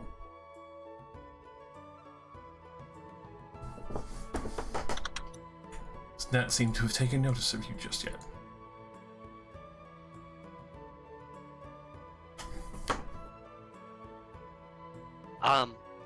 So, who's this that we're meeting? Yeah, be cool. It's a dragon. Oh, Very helpful one too. okay. Don't embarrass us. Unembarrassed. Wait, did I meet this guy as Moto? What's the timeline? My timeline in my head is all fucked. Was this before or after? Because I have this is where the Dragon Horde was, right? This is where I got the book. Yes. So I did. Never mind. I know who this is. This is the place where you basically nutted over the book and the extensive collection that they have. Right. Okay. So I turned. Part of the dragon. Yeah, I turned to Ashiki and I say, "All right, we have to be very careful about what we say here. Can you help me keep me out of the way?" Oh my god, Ashton. Where the fuck are you going? Ashton? He, again, like a child, he's just like overwhelmed. He's overwhelmed with like finding a dragon, seeing a real dragon's horde, the giant in the throne. Yeah, this is the nice one. The others we met were pretty bad. Wait up. But nice is relative, so please be on your best behavior. Such a real dragon. Yeah, I have something for the horde, and I'll pull out like 2 gold coins to toss in his way. With that, tossing the gold coins in, you can see the one singular eye open that's probably like the size of you. Visitors. It kind of looks to the rest of you. Then Ashton's so close already. I see you've brought friends here. Slowly getting up, you can see the gold running off their body and slowly just trickling back down into the pile. So, again, protector of the sky, it is good that we once again make your acquaintance. May we have this audience? Greetings, great one. Thank you for your help previously. It's nice to see that you're all well and safe. And using our gifts wisely. To great effect. Yeah, thank you. Man was like, yeah, it saved my ass.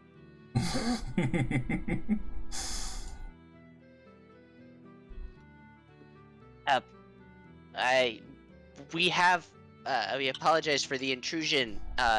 If possible, could we once again benefit from your great intelligence? I'm seeking your wisdom. Another different skill. More than happy to help with what I can. Heard a few tales that have reached my ears from, well, other pets that have informed me what you are doing.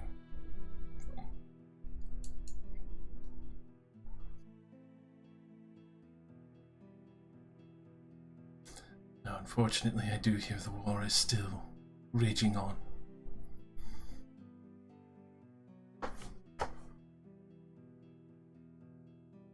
We seek to grow closer to one of the final runestones. But that we know of, final runestone. Yes. But we are unsure.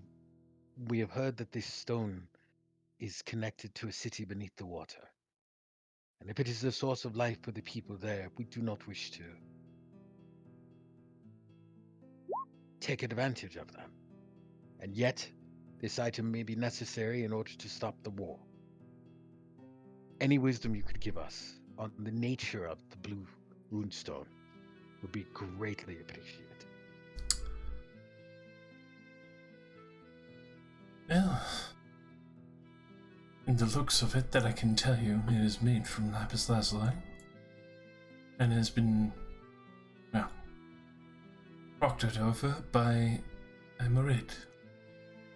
I'm not very sure if all of you are familiar with such beings. It would be quite difficult to reward them handsomely enough to be able to purchase it from them. might be able to inspire a trade, if possible. Though reaching them would be a task in itself. It does help protect the city with some magical wards, but that was originally maintained by the Merid himself, who made his job lazy, probably more complacent as to what was going on.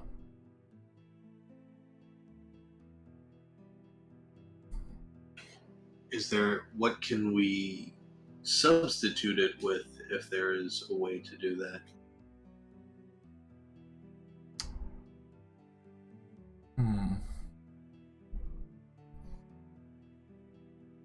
Or if we can inspire trade, what kind of things would we be able to trade? If you know. The first question, let's see, high or low for Fable results on this one? Let's go high. Alright, give me that d20.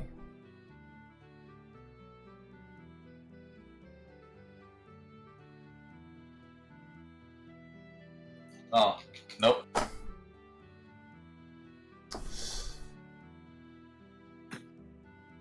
As for something else to replace it would be extremely difficult. Though other items of high magical prowess might be able to sway him in assistance or trade of protection. There were items that came to your mind that were excellent in abjuration. Might be convincing enough to have a swap with that, but it would be still a great level of difficulty. Ramus holds the bridge of his nose with his two fingers. Oh, we're gonna get down there and end up having to do a fetch quest for these people, aren't we? How powerful exactly? Well, let's see. At least. Could you give me something comparable, maybe, that we might be able to look for? Hi, abjuration is my specialty. Me too. Go ahead and roll me a Arcana, Modar. All right, here we go.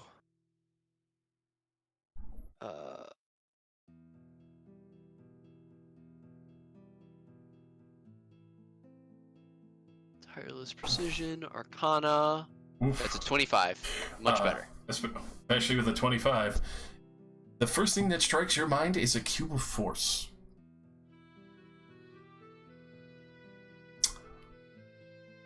Something like that, especially for abjuration, even though it's not equating in the extraordinary rarity of the item, it would probably proctor the same level that the wards need to feed abjuration off. Like perhaps a set of bracers of defense, which are roughly the same rarity. That should help in his warding protections. But you don't think it would be enough? He might be swayed if you have a sweet enough tongue. I look at the party.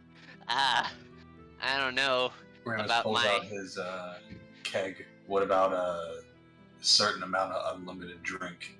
Would that work?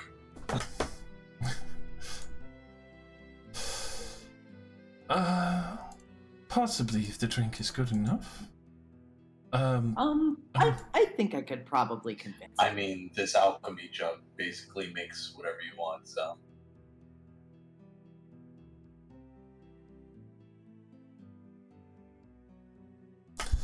Then very likely.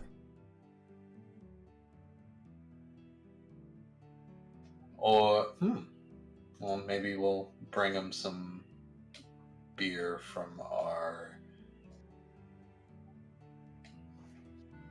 Does anybody else have like a ring of protection or anything like that?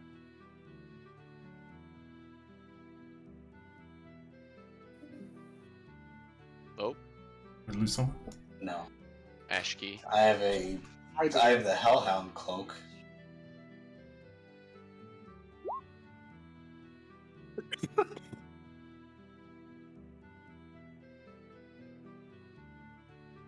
About you, Rain? You got any weird? Do you got a +1 shield just in your backpack that you could that might be able to help? Her and Jin had like 3 shields each. I'm sure they've got something. Yes. This person we're supposed to be making a trade with, they're the defender of the city. Is that correct? Yes. If anyone would like to roll me, a nature would be, not gonna lie, a hard 25. Arcana would be more likely at a 20, if you want to try and figure out what a Marid is. What about my sentinel? Oh, damn. shield? Alrighty, let me get a little bit of a description here for the Marid.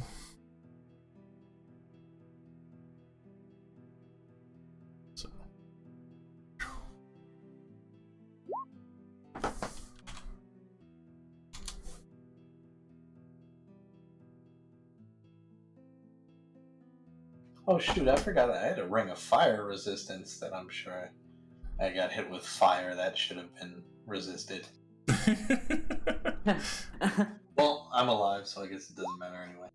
I constantly forget that I have advantage on mental ability saving throws as a Vidalcan. I forget every single time I have to roll one.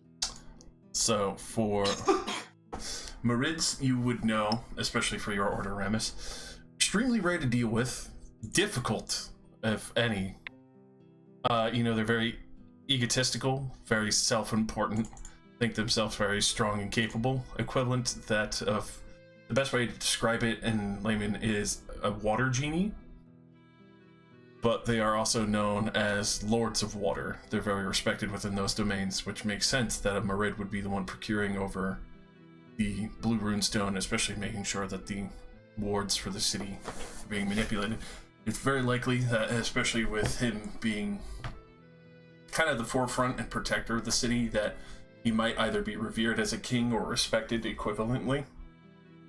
We're gonna have to do another mission like we did to get the green staff, aren't we? The one thing, though, that is in your favor, that they are whimsical storytellers. And they love nothing more than either having fresh adventurers sharing stories and tales, which you feel like you could probably lean heavily on that pretty well, especially since your names are already growing, as well as getting new stories to tell and share amongst all the various people that they know and servants they keep.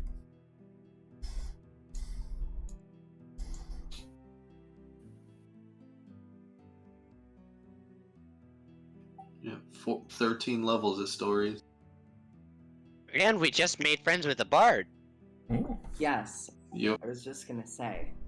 Yeah, I He like the knows bard. Plenty of stories. I do too, me. Right.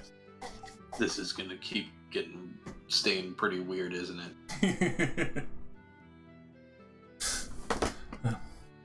You are after some exotic history pieces.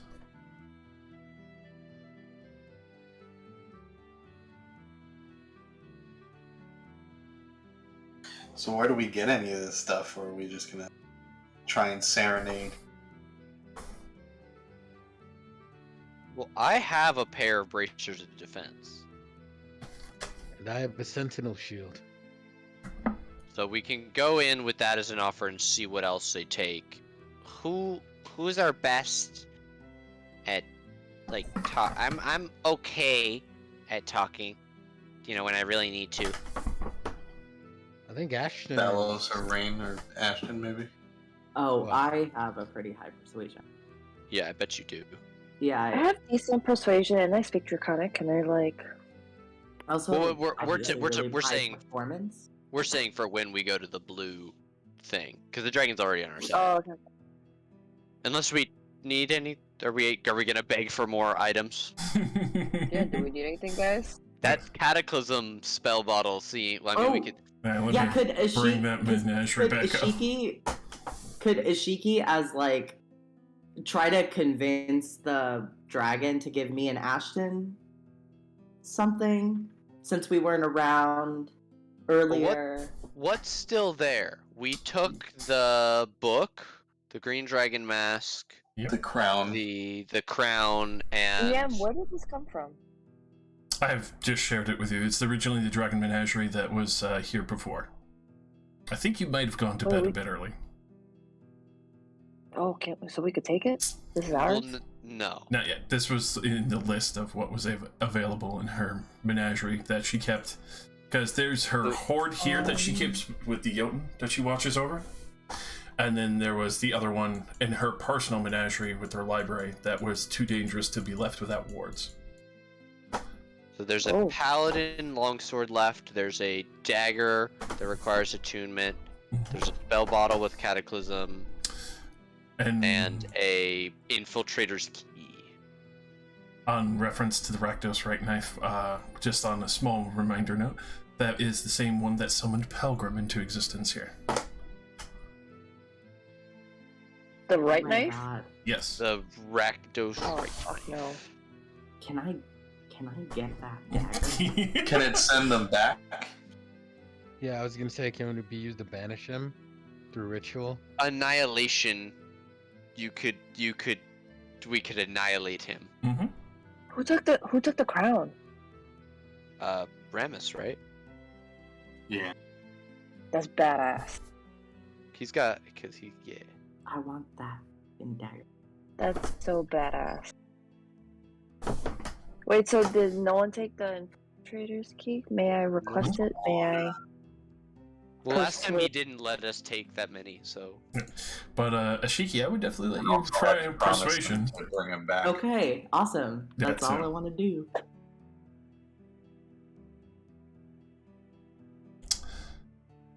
I don't know if that works. Can I? Nope, I can't. I don't have guidance.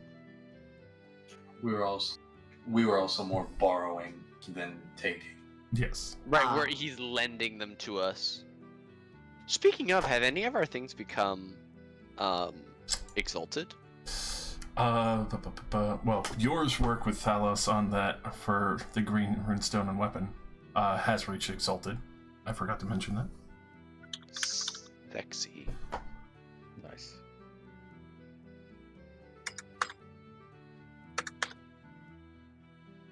Especially with that, you could see Rolf as examines Ashton and Hashiki a little more carefully.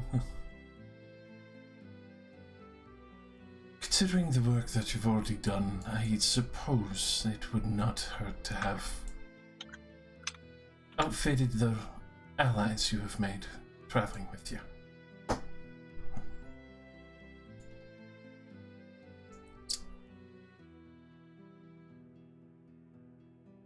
She'll, especially with the menagerie, Hashiki, would you be looking at that deck? Yes, I want it so bad. She wants it so bad. I would err you on the side of caution. If you are in the presence of devils, they very might likely hunt you for this item.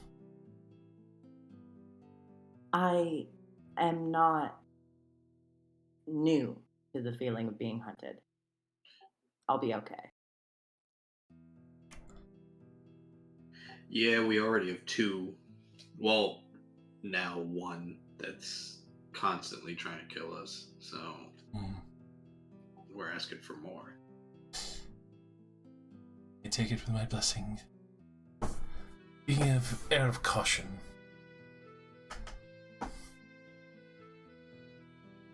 I mean, I'd leave it here, but I'm not the one asking for it. It's true. More targets for the group. And they look down to you, Ashton. Are you using a longsword, I assume? Or a greatsword? I'm reading right now. Hmm. I'm reading what this shit does.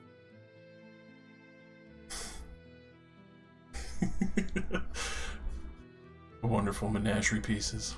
Take a level is, in paladin just to get the sword. He is using a greatsword, a well worn out greatsword.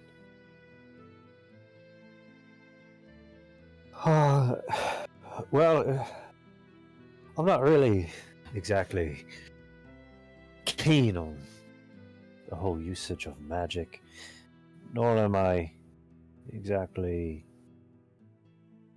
skilled in other departments. I'm really just a warrior. So if you'd be so kind to lend out that key.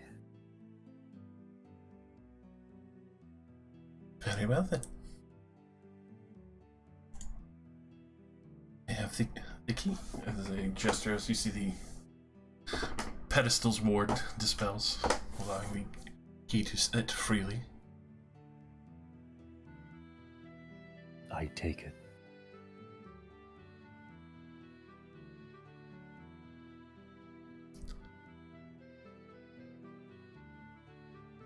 That.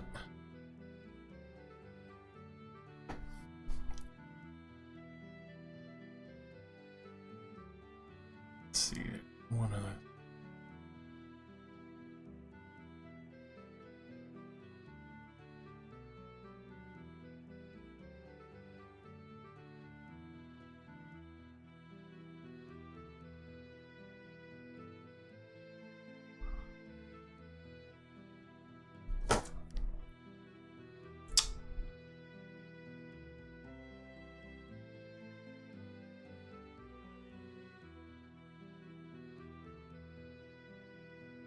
You may not be very capable with magic, but I do have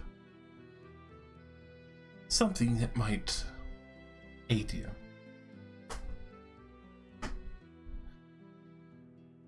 That they will wander over to one of the sections of their horde, and almost with perfect knowledge, not even any questioning where this item was, will pull forth a greatsword.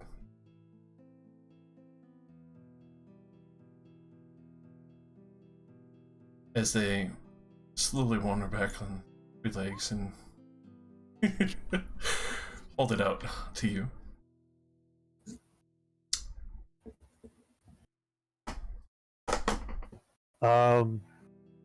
Yeah, Ashton's just gonna look at it for a moment, kind of waiting for further instruction, if you will.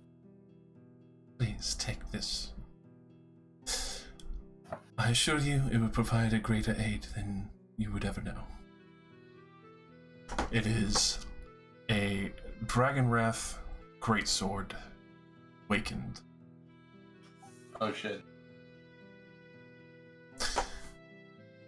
Dragon Wrath weapons are crazy. Yes, so the Wakened is the very rare variant. It is 2d6 cold because it's been steeped with a silver dragon's horn. At that as well. It is extraordinarily powerful. You can see that as where it has been resting. It looked almost kind of like just a masterwork weapon that had been left behind and kept well, but almost has this shimmer of silver light that kind of extends a soft chill to it. So does it do 2d6 cold or 2d6 additional cold? Additional cold. Okay. Let's see. So, because it goes going from the slumbering, whenever you roll a nat 20 on an attack roll, each creature of your choice within 5 feet takes 5 damage of the type. So that would be cold. So kind of like a burst. And obviously that's your choice, so you still protect your allies. The fact that it's also beyond rare, going past the slumbering, extra damage die, so that has actually increased to an extra potent of power, where you get the burst on a nat 20, but also it is a +2 weapon, 2d6 extra. As an action, you can unleash a 30-foot cone of destructive energy and each creature in the area must make an 8d6 of that type of dragon breath. So basically, you get a dragon breath weapon as well, and that one would recharge next on. So once a day, a dragon breath on your sword. Do you have this as a item so that I can? Yes. I pull up the dragon breath weapon.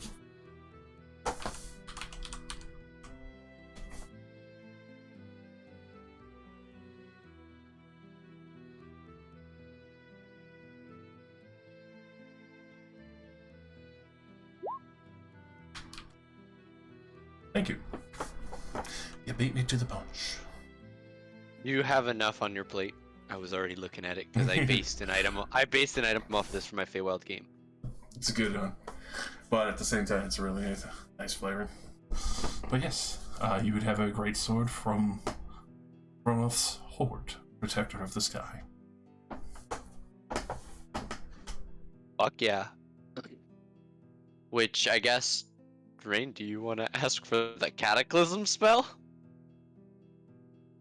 That's a bad idea. We're good at doing Well, that. no. spells. Think Maybe about it. not. Think about it. Rain doesn't cast spells. If anyone would be the best person to have it. Come on. I'm kidding. I kid, Rain. She's gonna punch you in the kidneys, dude. And started using goddamn spells from your criticisms. It's not criticism. It's love. Never Never change. The criticism is the love. We, Stop it up. we're pretty cataclysmic on our own. That's true. Do you not remember that temple with wild magic all over the place? No, I don't. I have memory loss from the multiple gold rust effects that I got while being gold. Yeah, we chose to do that. 2 miles That of was wild magic. 150% our fault. Sure, but imagine trying to fight that tower without it. We wiped out 85% of everybody there. And made Calamity to the, what, 2-mile radius? 2-mile radius, and the tower is now floating in the sky with a constant arcane storm. We're gonna go back and make it our base. And it's gonna be cool. Is that the Avengers Tower for us? The Deadass Rangers Tower? I think it should be. Modar's gonna make another simulacrum at some point and have them go and like work on that. Start making a safe haven within the arcane storm. Alright. Yeah, Rain's good. Alright. Rain is in love with her Heartbreaker and her Golden Gauntlet. She don't need jack shit else.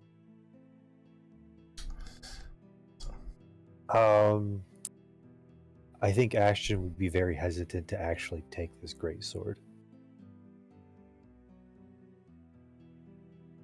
I think for a moment he would reach out just to stop himself and look up to the great worm. I haven't really done anything to deserve such a gift as this. You'll earn it. That's all. Your friend is right. The things that face you ahead will be far more daunting than the responsibility of this sword. Sword. Ramus is like, oh, don't worry, you'll have a chance to earn it. Pat, pat. If earning a blade is through bloodshed, then I don't want it. Not through bloodshed. Who invited him to the... No, I'm kidding. Sorry. For protecting the realm. It is not people that you are destined to slay. It is devils and demons that haunt these lands that need to be sent out. Yeah, who do you think we are? Did we did we kind of explain to them what they're actually into yet, or not really?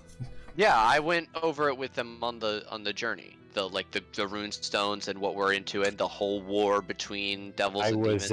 I was actually AFK in real life when you went over everything. Oh fuck, you did! Oh, you were. I'm so sorry. I just remembered that as you said that. I'm so sorry. Josh, do you want to do it real quick? So. Or do you want me to again? I mean, if you would like to. I'm asking what would be more expedient. Expedience.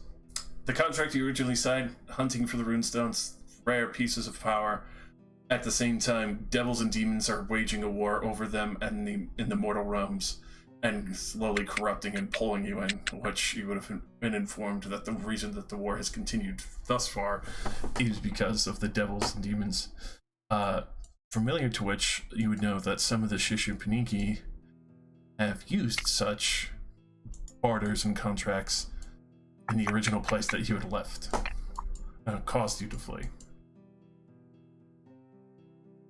I would just say out loud, all we're doing is, evening out the balance in the world. Well, now that I have retroactive knowledge, I think He goes, yeah, that giant skull in the tavern, son of Dagon. We didn't exactly ask for that, but things he would came be knocking. Well, we did put it on display. So instead of saying, I don't want this through bloodshed, he would probably say something more along the lines of, is there an understanding that I'm not swearing to no one, nor do I swear to a throne? There is no oath. Oh. I know that weapons such as these are needed to protect the innocent and those who are unable to defend themselves. The righteous and the innocent. He'll draw his current greatsword, in which when he takes the Dragon's Wrath greatsword, he'll hand over his greatsword. You stab it into the treasure hoard.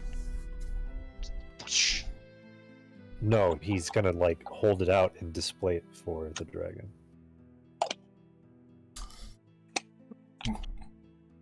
Respectfully. May I ask, how old is Ashton? I have it written down actually. 29. Okay. A lot of baggage. So, respectfully takes yours and hands you the Dragon Wrath sword, and will set it down in full view amongst the horde standing upright.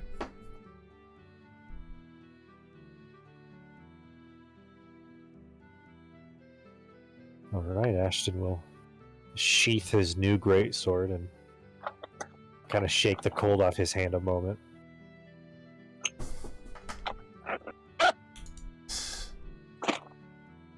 In this circumstance, as everything seems peaceful for a moment, you hear what sounds like a large splinter of wood breaking off. And then the stoneways giving way to a heavy bouldering hit.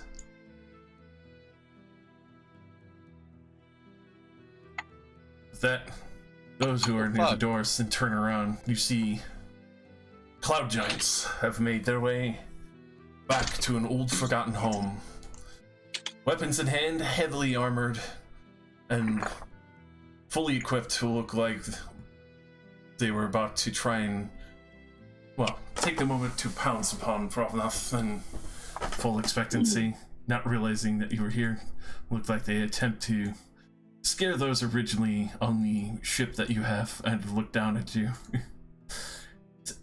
Let's see. I believe Ramus, you speak giant? Let me see. Somebody did, didn't they?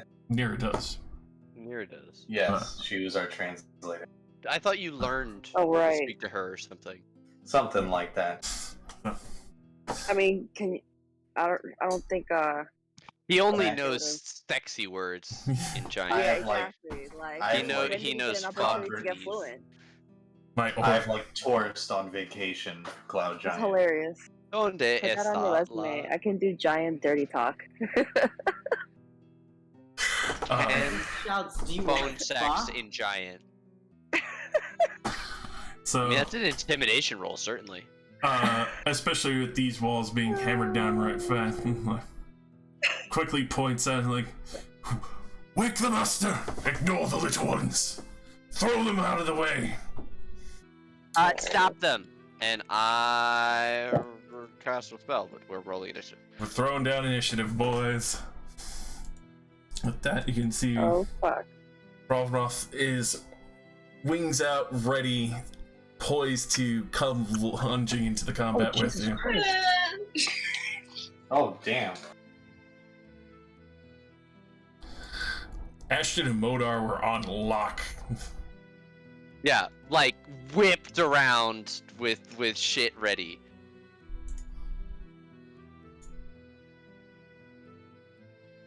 Good lord. Because I know how dangerous it is if this guy gets woken up. That's one of the few things Modar remembers about the lore of this place. Like, he learned that before he came here. Yeah. If Provenant is in the turn order, oh man, this is more serious than it looks.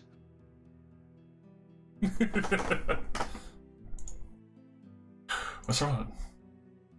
Not every day you get a dragon on your turn order with you, right?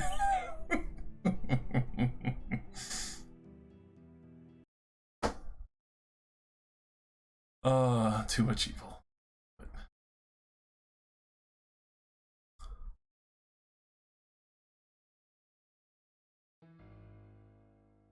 Alrighty. So with that, Modar. Alright, they said something, and I don't know what, but can I roll insight to see them, like, point at the sleeping giant? Because I heard his name. That was the only thing that I would recognize. Yeah, definitely roll me an insight. Not too high. It's a 15. Hell yes. Yes. All right. Especially with him pointing and then just kind of like a quick hand sweep, you could tell they're trying to rush to wake Fionar. Can I sort of give them the rough of it, of what they said? Yeah, pretty much. Probably on your turn. Or sorry. I would definitely allow a quick shout at the start of this combat as they broke down the wall.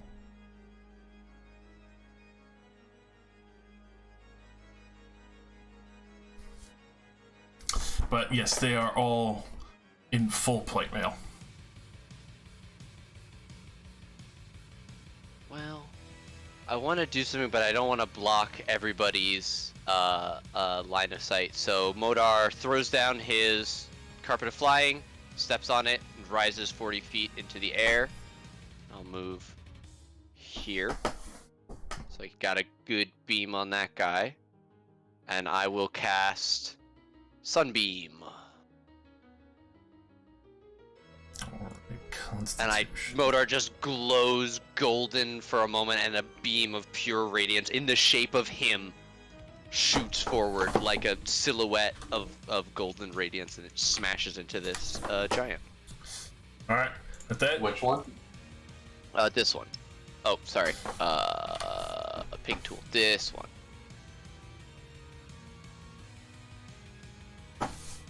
Is he undead or an ooze, by chance? Thankfully, no. But he did roll a nat 1, so he took that full brunt on. At the same standing point to that, you can see a very disgruntled look on his face as he sees a huge chunk of armor get blown off on his shoulder for a moment. So that hit pretty hard, but didn't really fully face him. Yeah.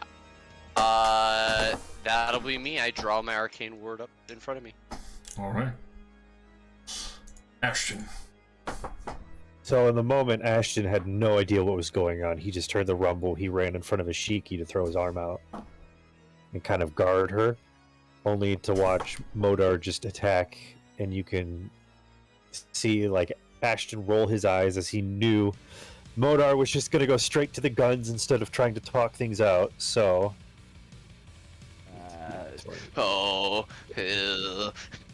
the talking takes long when there's a god sleeping behind you and his followers want to wake him. And Ashton will dash.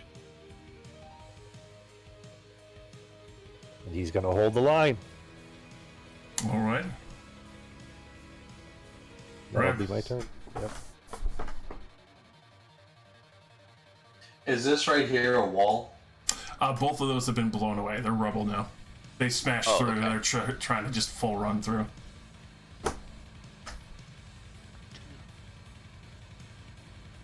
Is it dark in here? Is it bright? What's it like? Currently, I would say unfortunately bright because it is still daytime. And it's far up in the clouds, there's not much obstructing other than a few pieces of castle left.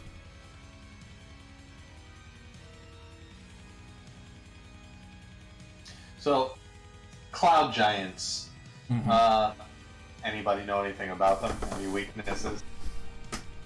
They bleed. You can kill them. Lightning, fire. If they bleed. Probably not lightning. Can we freeze these things? I'm wondering. Give me a roll nature. Maybe.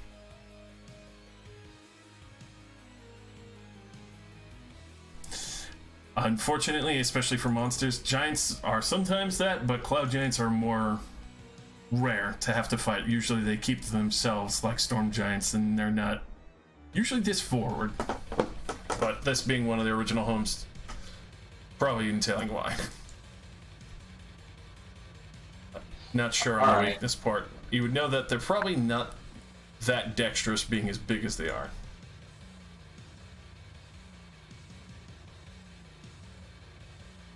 Alright, so maybe fire it is then. Did these jackholes show up to wake up their king? Mm-hmm. Alright.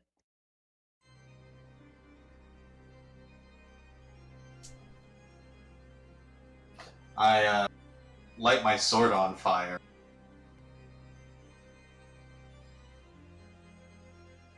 Take 2 shots at this guy. Josh, I think you should move Ashkey and Rain up in the turn order.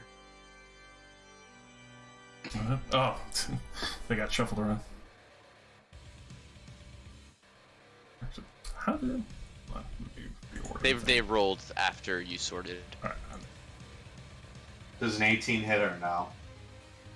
An 18 would not hit. It just slams against the armor, and you can see just soft glow of magical runes on it. Oh, that's 25. Fire, not very good.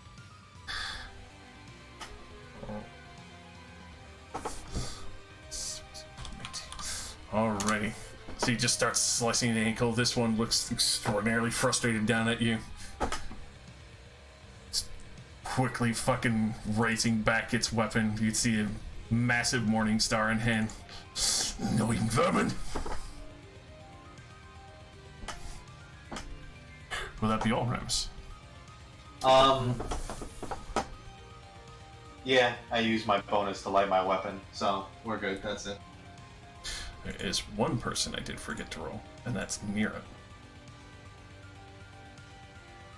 The other giant in the room. She's sent. Alright. That Prol will quickly come. You cannot let him near. We need to keep them at the door. And quickly taking flight. Let's see, with that. Actually, yeah, they'll go a bit closer. And over the both of you, a very heavy exhalation of cold hitting all of these boys in the doorway.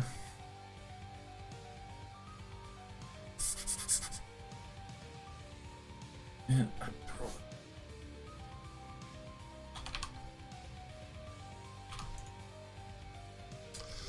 49, I don't know. Maybe I'll change this fire to cold.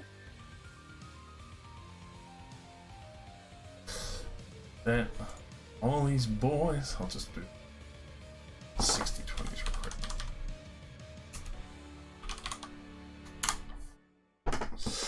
Alrighty. Some look like they took the biting cold on the chin just fine. Others got a little too much frost and not too happy about it. Rain.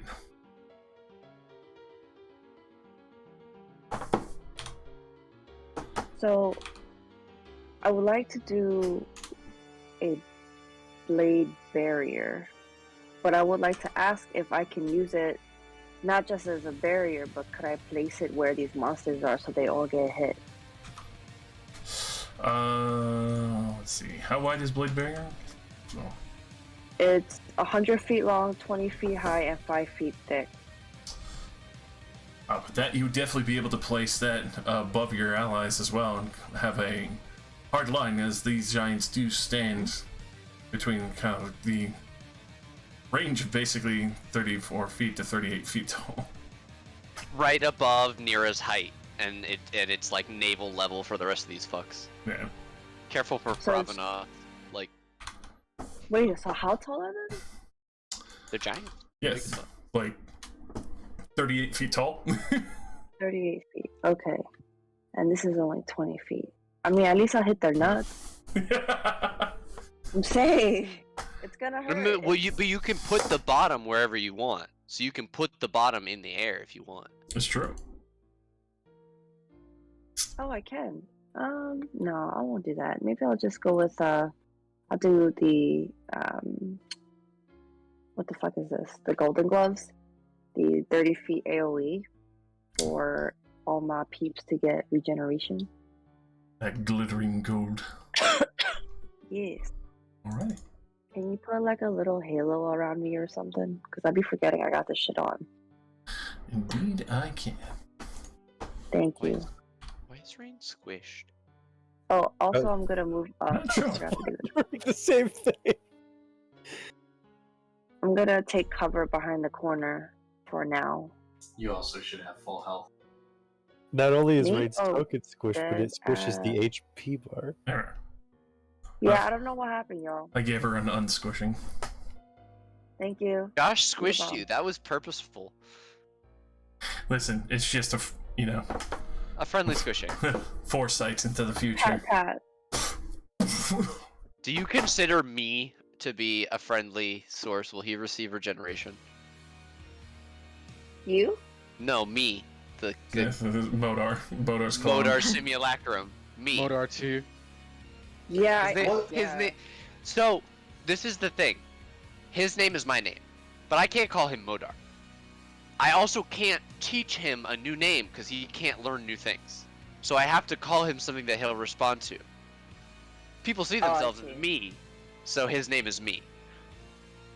I see. I hope he dies. Question: what kind of reduction to damage does standard like resistance give? Half. Oh. Okay. Yeah, bludgeoning resistance, and I'm assuming these guys bludgeon. They got big bludgeony looking faces. They got big old morning stars. They got morning. Oh, that's gonna stab. Piercing. Piercing. Resistant to that too. Haha. It's not silver, is it? You're not sure? That's He's like, I didn't think about that yet. No, well, I mean, the one thing I will say is they showed up with magical armor. I think with the AoE, there's a 2d8. What the fuck? How do I do this again? I forget how to use this. Wait, can I just put it in the chat? I can put it in the chat, can't I? There you go. Alright, yep, so each time it starts at their turn, they get 10 HP. And then bonus action, you have your golden wings, so you can be flying around. Okay. He wants to do the 30-foot AoE damage. Yeah, how do I do that? Alright, so they would just make a wisdom saving throw. So, allow me to hit those so I two. think I only touched one of the giants, or I kind of touched the second one on the bottom, but... unfortunately, he's kind of just on the crest. You could wait and run in next turn and do it. It's true. And get more. Okay. You can make all of us make a save. That would be fun. I think it only affects the creatures you choose, but I don't know. Yeah, it is a creature. Yeah, I'm gonna hold to use that next round. All right. Nira, seeing family, is going to go apeshit in bonus action range.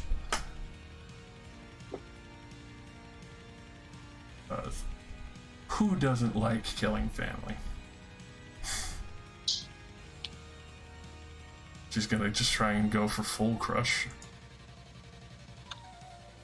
God damn, only one miss. That's their girl. as she just starts slamming through the armor and just finding the weak points in the ankle and just slamming down onto this giant's calf. Just immediately screams in pain. Quick! Get by them!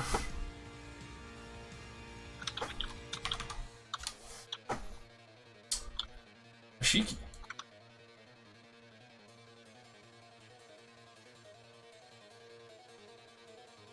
A lot is happening.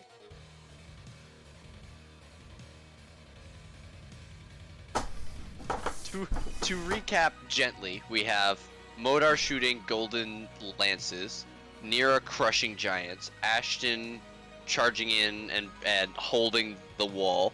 Rammus comes in and slashes the one Modar hit for a ton of damage. Ravanoth freezes the fuck out of everybody, and now Rain is glowing and emitting healing energy to a massive distance out from her. It's quite an immaculate sight. In roughly I'd like to say 6 seconds. that it looks like gold glitter coming down. I would Is like it it to look shooting like out that. of your head? It's just like a rain, a really soft. It's just gold glitter coming. rain. It's just coming Yeah. from somewhere. That's beautiful. Yeah, just take it. Just take it, guys. Take it. It's like drugs. Is it a dome or is it a cylinder? I picture it as kind of like a dome, almost as if like I'm the center point of it, and it's emitting from my whatever gravitational whatever, Yeah. and it's just raining very softly on y'all. Like it's joy, and you feel safe, and you're like, this ain't shit. I'm gonna get life anyway. That's what this spell does. You ain't shit. I'm gonna get 10 HP when it's my turn. Just you fucking wait. This spell is amazing. Yeah, okay. So I'm gonna cast Knit There's Mischief in this little square here. And I have to roll a d4. Oh. Difficult terrain. Drops heavy blood. Oh my god. Yeah. Just probably sticky the worst one, honestly. Covering them in gross. Just see like their legs and all this getting covered in like strange brown They're sticky liquid. Just No! Sticky. The golden glitter!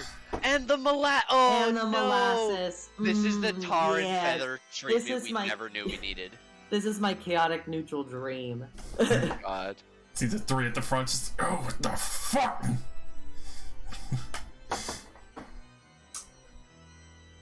And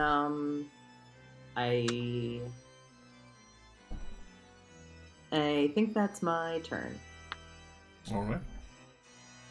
That's all I can really do right now. This one People are in the way. slowed, but also kind of being chopped into pretty hardcore there. Let's see. Yeah, no, he'll try and retaliate against Niren. He's not liking the fucking leg chop action she's pulling. Surprisingly misses. The first one comes down in her face and just slaps it away with her greatsword. But quickly just sweeps it into her for the second one and does 21 piercing damage to her.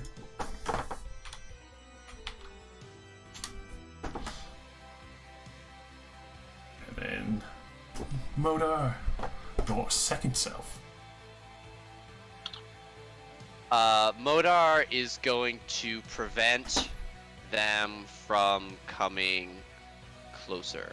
So exactly 60 feet behind them. So this is the wall here. Centered on the doorway. Me is going to run up here, well out of the line of fire, and cast Wall. Ooh, spell description first. Wall of Light.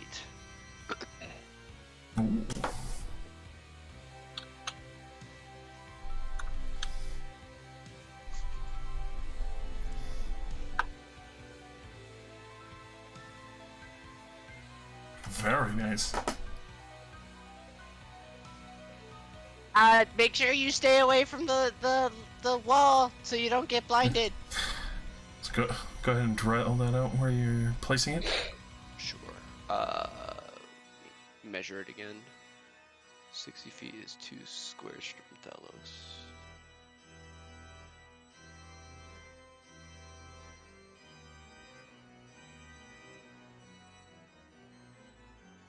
Oops, that's not what I wanted. Polygon.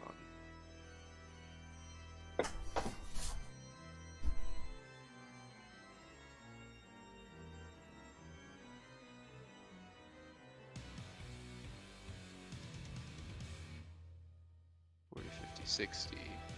BT Dubs, his music is awesome. Yeah. I'm glad you enjoy. I'm vibing. I'm vibing. Right there. Alrighty. And can I, on the turn I summoned it, also shoot a beam of radiance, or? I would say yes, because it comes into existence. Okay, can I use the roll that I rolled at the top? Yes. Ignoring the bless. It's a 29 to the same one that original Modar shot. All right, roll me that damage. 17 radiant damage and a con save.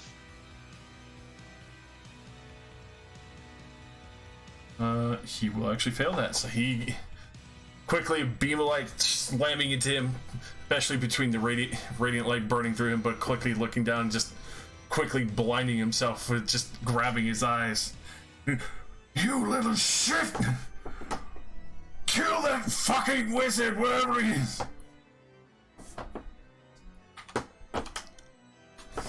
And I just want to make sure I ran as far as I could away from here. So that's 20 feet, so I'm gonna get just snuggle right up against the wall there. Maybe I'll even get it tucked in that corner. That's better. Alright. That'll be me. That Froth will make a tail attack as a legendary action. 27. Love having the legendary beast on our turn.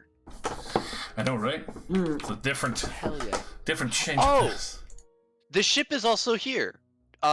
You guys all have the gift of battle as well. +1 to attacks, ability checks, and AC.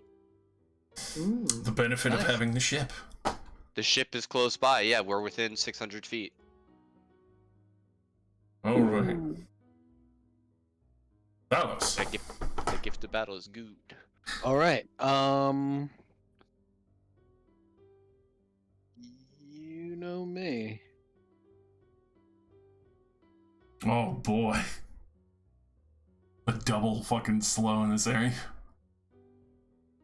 But in addition to that, hold on. I'm casting it at level 6. Alright, and I'm starting it off of the middle guy. I'm starting it off of his shoulder, his left shoulder right there. So if you want to measure out 20 feet from that point in all directions, it should come up right before the line of my homies here and extend well enough back. Well, it's a cube, not a radius. Oh, well. So, what? You would be able to catch 3 of them. Final Fantasy. Oh, okay. All right. In that case, yeah, let's go with the front 3. All right. Let's see, what's it? Just center it around it or make it bigger. Hold on, wait. 20. Molasses wait, cube. Could we possibly center it so we catch that guy like right to his right? So like 1, 2, 3. Like if I would have centered on this dude right here, would the 20-foot cube actually catch this dude? For the 20. Either way, it would still be 3 giants. All right, cool. Never mind. Let's just go with the front 3. Clear that hallway. All right. Cast at level 6. Let's do it. All right. So that's going to be a con save. I'm sorry. Dex save for them. If they all fail, roll me that good damage. All right. That's going to be 60-12. Woo! Legs getting caught and twisted as part of the castle starts crumbling away a little bit more. 51 points of damage to each of them. Ooh, that's fucking nasty. All right. Keep them in the hallway. And with that, Thalos will like run into cover.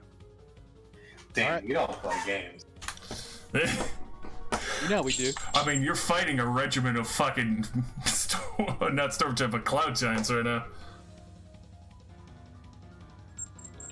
You're fucking holding your own too, no less. Alrighty. This guy.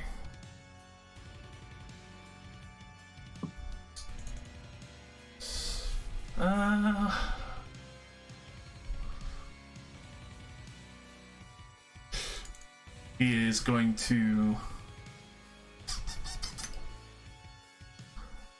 Yeah, he would do that. He's gonna look to his brethren here. You get to him quickly. And he pats him on the shoulder and casts a spell of some sort.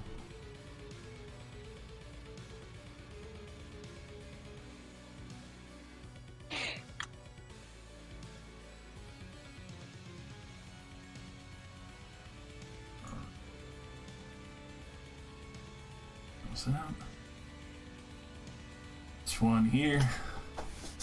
Not very happy, but he is also going to take the time to do a bonus action. Actually, let's see. Probably wouldn't be able to make it. No. So he's actually just gonna fucking hurl a boulder at the dragon. Oh. Not yet, actually. Never mind. 18. Yep. Yeah, that's a silver dragon. Get that up on Get that bullshit out of here. Get that up on out of here. This guy. Let's see who's he. I'll roll D4 to see who we're going here. Are these guys in the back doing, like, lifts? They cast a spell of unknown origin. Alright, so I don't like that. That one's gonna throw a boulder at Mira.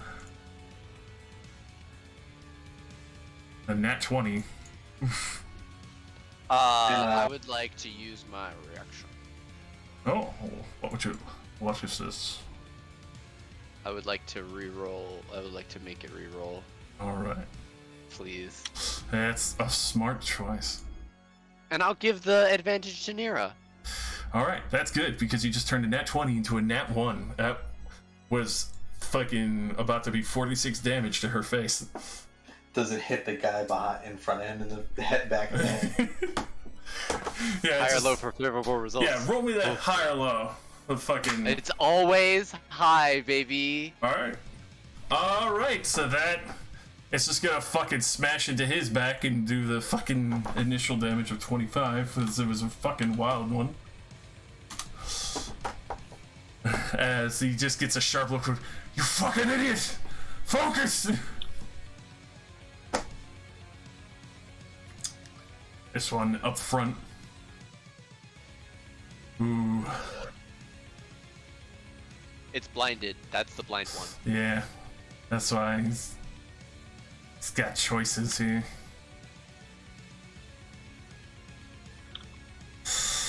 Yeah, he's just gonna go for disadvantage swing on Ashen or Ramus from where he remembers them being on the ground. First one, Ramus for a 21. I'm sure that misses. Yep. Nope. And then Ashton. Even with your +1 to your... No, it missed him. So... Misses. Yeah. For Ashton, unfortunately, that's a 30 to hit you. Thankfully, the nat 20 was negated because it's blinded. Only 15 piercing damage to you, Ashton.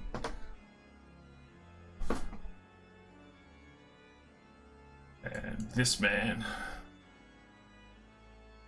He is gonna fly up to here. He's Hey, flying. so how far is he flying above us? Currently, the circumstance of having to fly over his brethren, he would be easily 25 feet up in the air. Gross. Yeah. And especially since he's not the one doing that spell, he's going to Misty Step. And then he's going to dash.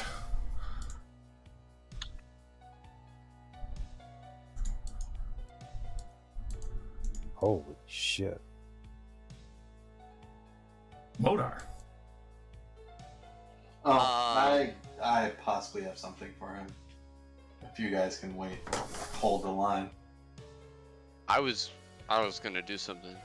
Oh, But if go you don't ahead want then. if you don't want me to. No, go for it then. Okay. Well, so the wall is at ground level, so it's only 10 feet high. Modar is already above it. I can see over it at this guy. I already have but what if I just how high up is he at this point? 25 feet.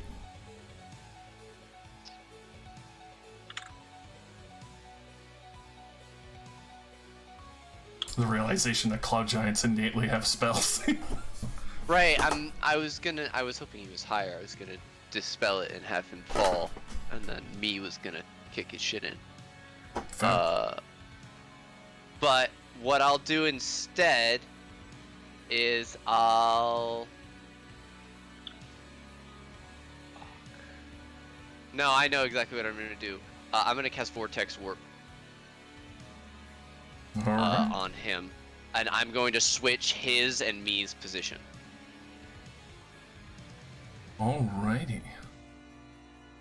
And that is a con save. Con save.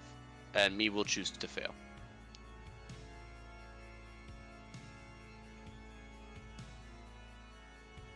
That's a net 20.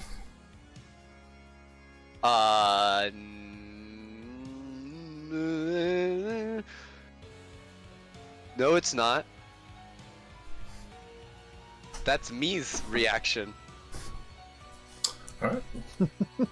Let's see how far. There's two now. It's the. Oh, is it just no? Short. No, my. Oh, That's my net 20, everything. and it stands. All right. Well. Okay. He succeeds. I'm upset, but he did deserve it. But me still has his reaction. Ah, yes, he can't because he can't do it. Yes. Okay. Well, I tried to vortex warp him. I will stay where I am. I'll move a little bit right now on this turn. All right. To get a better angle. But that is me. I don't have a good bonus action to hurt this guy with. All right. Ashton. The All right. frontliners look very fucking hurt. I gotta repay this guy tenfold for the hit he put on me. So attack 1. Oh, fuck yes. Just sinking straight into that calf. Attack 2. Oh. But that attack. The first two bring down the calf as you like cut out his Achilles heel. As he comes down, you can easily find purchase in his chest. Right through a soft spot in the armor. And I push through as he falls onto his back, and I'll run across his fallen body real quick. Oh wait, as Ramus sees him go down and casts a reaction. Oh, you making him hit his buddy? Please, no. Oh, ally. He's an ally, right? Yep. Cool. I can still move through him. Slice through. Oh, I did it twice by accident. Damn it. Don't worry. I know what you mean. Blood curse of the fallen puppet to the dude next to him. Oh, this is gonna get juicy. That's a 30, so he hits. Another 19 to his buddy beside him. Just crushing into the side of the knees. Oh, fuck. Okay, now he can die. I'm going to use my third attack on this guy in the back that I saw cast a spell. Alrighty. Just slamming into him. And because I killed an enemy, I would like to use my reaction to make a bonus action attack with Great Weapon Master. That you can. That 21 will just hit. Another fucking good lord. 36. Juicy. I need to make 2 con saves on him for that spell.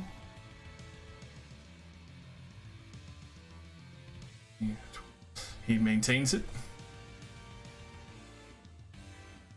Excellent. That will be... Nope. You know what? Let's fuck around and do an action surge real quick. Alrighty. Chop more Sorry. ankles, my sir. Yep, another hit. Another fucking 30 damage. Break the spell! Break the spell! Oh no! Do I miss? I miss. That misses, unfortunately. Oh no! Damn. Let's see if that con check that will fail. 20. He fails his spell. Other one is no longer flying.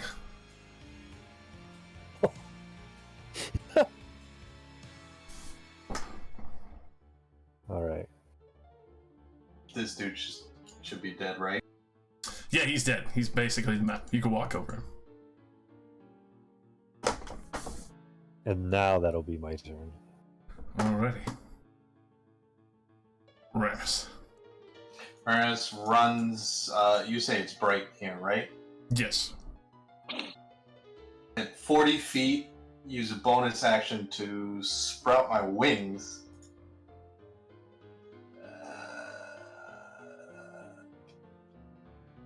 I can... Oh shit, 60 feet, I can get in front of him. Boom. I get in front of this guy's face, and he's on the ground now, right? Basically. He just fucking landed down. Oof. Oh! Solid fucking chunk, my god. 36, fucking Christ. Quickly slash into him, just, tries to, inadvertently swat at you, defend himself as he's pulling back the maul and kind of looking between you and his master.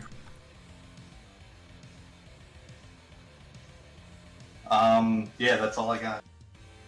Alright. I was gonna summon shadows, but this guy got away. Keep making me use my bonus action. Froth is going to come over and do a full round of attacks with you. Granting advantage to a fucking dragon. Terrifying. Ramus is quite a fighter. Like,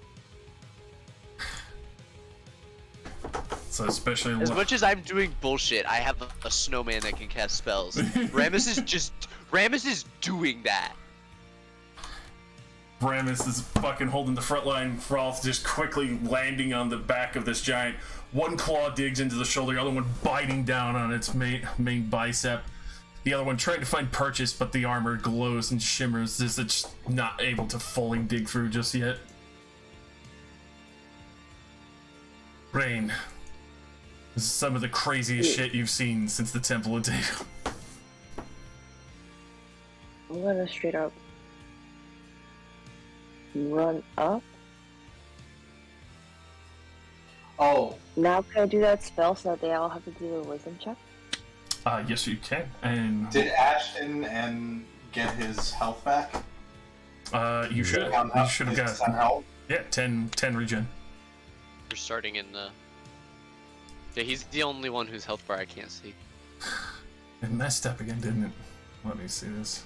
It's probably saved in the wrong configuration. And let me So, get some saves. Rain, this guy in front of you is dead. If you want to walk right here in front of the difficult terrain, I think you can get this guy in the back row. He's two in the back row. You could if you like to. So, if I go to like here? I think that's more movement than you have. If you use your wings, you can do it. Yeah. Would you fly? If you fly, you could easily make it. You can hit all of them if you fly. You could get here and get them all, yeah. Oh, if I use my golden wings? Yes. Yeah, because that's a bonus. Yeah, and neither of those are spells. Okay. Yeah, I'm gonna do that. Can I make them all do the wisdom check then? Yes, you can, and it's your spell DC, so that all but one fails. Roll me that 2d8 as you burst out these beautiful these beautiful golden stars that are falling. Suddenly you see what looks like small comets rain out and almost like meteors and just slamming into all these other cloud giants around. What did she cast? Her golden glove ability. Basically glittering comets. Pew pews.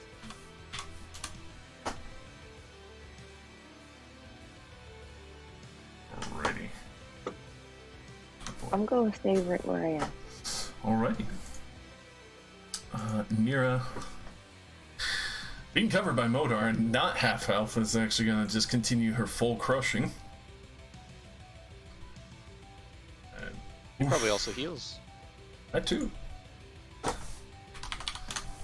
Guys, I've got this shit on the lock. Yeah, and whatever her first roll was, she has a Ku Poshak. That was the. Yeah, don't worry. I've had him as the mark. He is you more than any other player character. That she quickly chops down in one leg and then slams into his gut. Fucking pushing him into the molasses. Quickly stomps over at their speed to continue the full crush rush. Oh fuck. Jesus. It's the reason why she's your most beefed up fucking NPC you've collected since the start of the game. We love her. I mean, she almost single-handedly beat us at that fight. So. Twice over, especially when she went insane for it. I wonder who would win between Nira and Ashton. That's a scary fight because Ashton, they're both huge hitters. If she stopped doing full crush and still kept hitting, it would be. But that's also her full crush at a minus fucking 5. Yeah, she's doing her great, whatever. Alright, Ashiki. Blocking down the giants and everyone tied up in the midst with all the huge chaos. We leave you purple hat behind. I'm gonna cast Cloud of Daggers. But I want to cast it at level 4. Jesus. So it'll be 64. So who would you like to mince today? So it's a 5 foot by 5 foot cube. Yeah. Kind of small. A cube, but it's basically putting a blender in somebody's skin. Yeah. Could I do it like here? I would allow that. And get them both? Dexies from both these guys. Did that get rid of your molasses? Yes, I believe so. The molasses will slowly dissipate, vaporize back into the arcane weave. But roll me damage for them because they both failed horrifically. How many d6? It's 66 is what she said. Oh wait, it's d4s. 64 then. So yes. 64. Yeah. Shit. Still what spicy. level did you cast it at? 4th. Oh, third or 4th. Using the conjure true. That would be another 2d4. Oh. Okay. Is the level you initially cast it. Flashy. 18 those says. ones. Those ones are critical. It's critical, but that's still 36 damage outright as you just see these daggers swarm. Oh no. The Triforce is formed. The ones are swarming as well. But you see that just flesh getting torn away, small daggers dipping underneath armor and just shredding between stomachs, biceps, into their abs, just blood raining down on top of Ashton and spraying out towards Rain. You're welcome. Doesn't matter, Ashton already went through bloodbath. Yeah, Ashton's like, and that's my turn. All right. How is this giant looking? Distinguished. Sorry, I couldn't resist the joke. He's definitely bloodied between Ramus and Froth, quickly like impaling and biting down onto him and trying to fucking fight his way through a grapple with a dragon, and then also fucking Is he being grappled? Air quote, as Froth grabbed down onto his shoulder.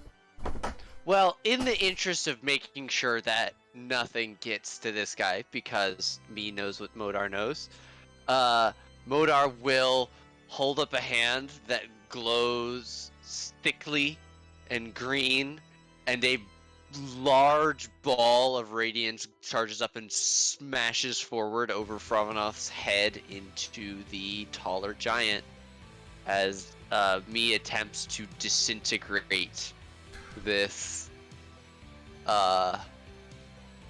giant. Oh. And Modar can see it, so Fails by 1. Go ahead and describe how you kill this man. It's he doesn't even see it coming. He's struggling with the dragon clawing at him and Ramus chopping and slicing into his body, and the green orb just hits him and punches straight through his chest, and then his flesh just turns to dust spreading outwards, and he just starts to crumble as he's falling forward, reaching for the steps, and he just collapses. With that, Ramus, you see a cloud giant go from the full height at the 38-foot mark to just dust. The only thing remaining is his magic plate mail.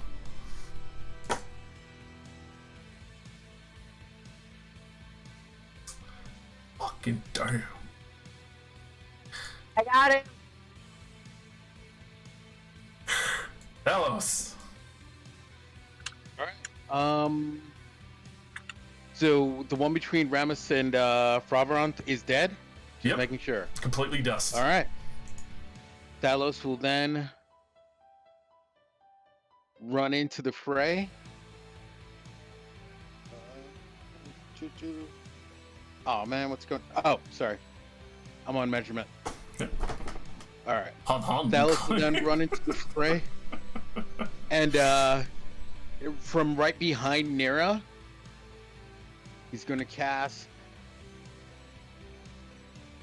You guys will hear him actually shout out, Dragon Sword! And his features become draconic for, well, they just get overwhelmed and turn into what appears to be something akin to a copper dragon. Fuck yes. And with my main action, I'm going to use a breath weapon to do 68 against a dexterity save versus 16. That's going to be 60 feet cone breath. From here, it should hit them, but it should avoid my allies. Writing that down as a nice representation of yourself. Sweet. Oh my god. Thalos is doing some gains, bro. The people were worried about 6 cloud giants. Alright, that's 29 to all three if they don't make their dex saves.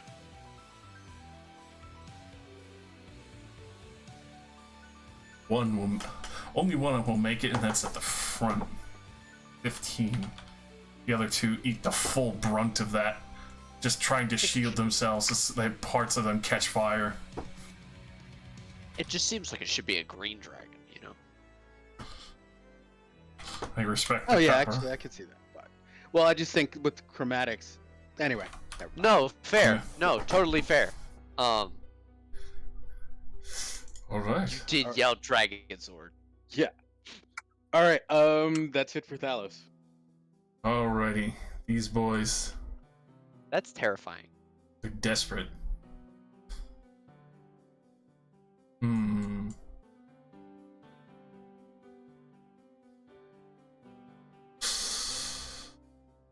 The boys dust. Come Yeah. try us, you fakes.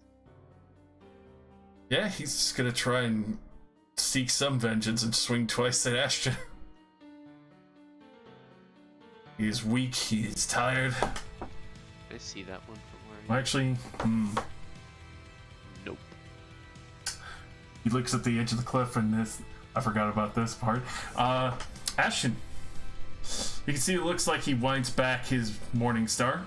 And with that, he tries to fake you out. Go ahead and make me a dexterity saving throw, DC 20.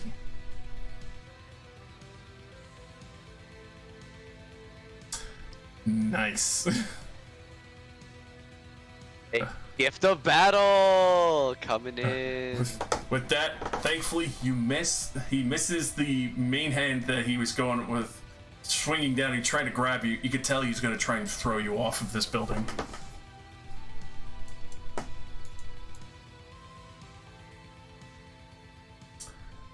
Alrighty. This guy. Hey, quick question. Yes. Would you say he moved more than a foot? Unfortunately not. Because he tried to feint you and just kind of was going to grab you and try and slam dunk you effectively down the hole into the sky. Okay. So this one, he is going to attempt to retaliate at the dragon in front of. He is just completely lost and terrified at the whole prospect that there's a second dragon that they were not informed of here. 29 and a 25 to hit you, fellas. All right. Was he's just swinging wild physical attacks? Yep, just physical. Okay, yeah, no, I'll take him. All right, that'll be a total of 41 piercing damage. He just panic smashes into you. I can take it. All right, not well, but I'll take it. Good to go. All right, this man.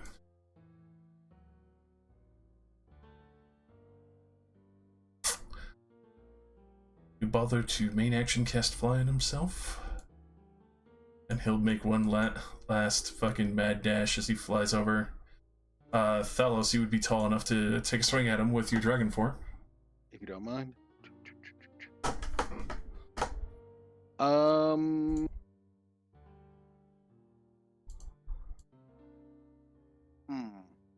not. Yeah. All right. Yeah. Let's do it. You don't have to. You could if you want. No. I'm just like, yeah. I'm actually gonna do it because I'm not technically a dragon. I just take on like the features, but I've still got my hand. So yeah, as he's passing by, yeah, I'll backbiter him. With a 14. Unfortunately, not. It scrapes off the heavy plate. You could tell they came prepared, but not for a small troop. Gotcha. All right. Alrighty. Modar, you see one of the last healthier boys looking like he's making a dash for it. I let him have it. Sunbeam right to his face. I was gonna try and line up and get the other guys, but I have 4 of my friends over there. Alright. Sunbeam right to him, right for his chest and head, because he's flying about the same height I am. A 21, but you still land a good shot on him. Kind of stops himself and eats the brunt of it.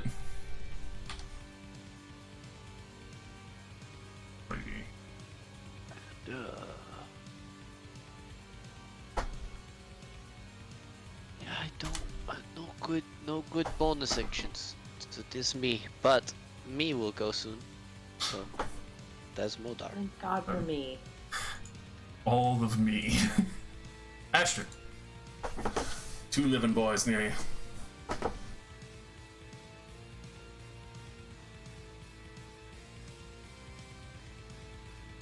Can't wait for Ashkey to fly up and get this guy. Are you muted, Gordon? Yeah, you're muted, Gordon.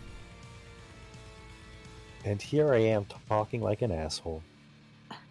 So there's a lot of golden glitter, and Ashton will look over at Rain with like this very impressed look before he turns on his heels and he swings wide, baby.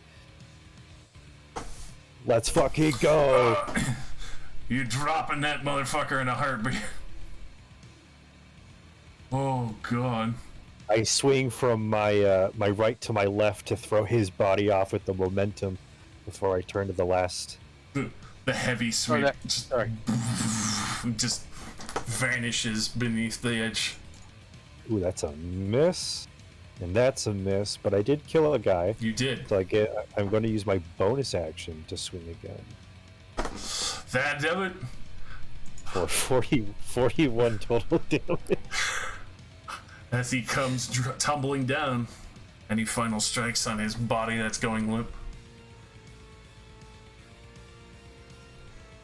I think it's just a very quick strike him in his knee to drop him closer to my level and pierce him before I thrust my body weight into him to knock him down. It's quick slash across the back of the leg and then a heavy slam into his back. You see the last bit of air escaping his lungs as the blood just pools over in this hall. And Ashton, covered in giant visceral and blood, looks to Rain and gives her a big thumbs up and a smile. And that'll be Ashton. Alrighty. Remus. Remus sees this guy coming, so he flies 30, and then because he's feeling fancy in the middle of that 30, he uses bonus to blink 30 more, and then fly the last whatever gets close to. Is this guy on the ground now, or is he still in the? He's in the air as well now. He's to 25 feet up. He's making a fly dash for his lord. So, it's too high for me to get advantage, isn't it? Unfortunately, yes. Because the Shiki's on the ground. Alright. Is it an action to wake a sleeping god, or can you just, like, tumble into their square? You're not sure? You can tell they're desperately just trying to reach him for some reason. I'm gonna die. Is it an action to wake a sleeping god? Please, somebody write that down. Yeah, I lay into him with 44 points of damage midair, and we're chilling up here. Alrighty, good lord. Full court pressure. Heal him! We can't fail I know Rain's got some scary single target damage up in that character sheet. I know it. I can smell it. Froth is coming in for that hard body. If he lives through the dragon. He might. There's no advantage this turn. Is that the last giant? It is the last giant. And even with those attacks... That's not it. Sorry. It's the last one in existence. Psych! With that, Froth, another hard claw and bite, tearing into this one. Still standing. He's refusing to go down just yet. Rain. So I'm gonna fly over. Wait.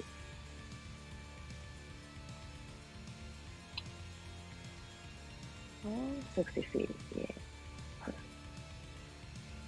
So I'm gonna. If I stand right here, does that mean I'm like right across from Ramus? Yeah, you would have advantage. Sweet. So. Hit him with the boom boom hammer. How'd you know? Destroy this man. Yeah, that's exactly what I'm gonna do. I'm gonna swing the Heartbreaker. But what I would like to do is also wait, wrong one. You only get one attack. Oh, we do. No, let me finish what I was trying to say. I'm gonna use War Priest so I could do one more attack with that. Alrighty. God. Bastard. 24, 28. He's hanging on. And then Oh, and then could I also use Divine Strike so I can deal an extra 1d8 radiant damage? Of course. Sweet. So 1d8, 1d8. Another 4. So 4 more damage. 4 more damage. 4 more damage. He is looking very pale and weak. I would like to also have it be noted that the way I swung my Heartbreaker was like a golf strike. Just uppercut straight to this man's spine. Yes. Oh. Yes. Yes. He's gonna feel it. Mashing vertebrae. Yeah. Actually, pass her because she is looking around and she cannot reach up 25 feet. Cheeky. Grabs Thalos's green halberd and runs and jumps high. No. Fastball special, Stalos. Yes. Oh, yes. No, throw a Shiki with that fucking dagger. A Shiki? Just fly? I am really close to a giant. He's 25 feet above you, but yeah, that's still pretty damn close. Word. Okay. Try Vicious Mockery. Maybe he's really, really low. He's looking like a soft breeze could kill him. Oh. Okay, yeah. I'm gonna do that then. Please, what do you say? Oh. What? They're not good. This is going to be the first time I see a cloud giant die to Vicious Mockery. And in before he makes the save and takes no damage. I hope he does. How good are tell us, how good is the wisdom of a cloud giant? You've seen so far that they failed horribly when Rain did her initial wisdom burst. Yeah, tell him that his mother was a hamster and his father smelled like elderberries. Oh my god. Classic. Yeah, so wait. I cast it. Did he succeed on the wisdom saving throw? Go ahead and roll me the damage. I just need to... Okay. So your 11 level, that's 3d4. 3d4, yeah. Damn! These ones. How do you want to do this?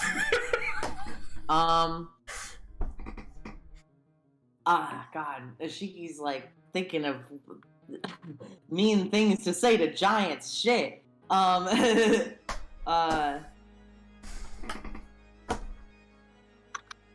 Everybody's really, really scared of you all the time, so you're never gonna find anybody that you love. Nobody's ever gonna love you. Nobody's ever gonna find you attractive. You are chained to a life of misery, and you can't stop it. May all your bats be cold. And the voice she uses when she says this sounds like somebody's mother. Oh. You don't know whose. It all together. Are there any breaks? Starts crying. Oh no, she's like blah, blah, blah, blah, because she's saying it, she's mimicking it, so she's saying it exactly how she heard it. You see literally like the black veins form over his face as it just slowly necrotizes into the black tears as he just falls down, grabs his chest, and face plants before you all. And as he falls, me blasts a wall of light beam right where he would have been. Alrighty. You see he dies with tears in his eyes. Yeah. You have survived the awakening attempt of Fionar. Damn, psychos. I will release concentration, and me will release concentration.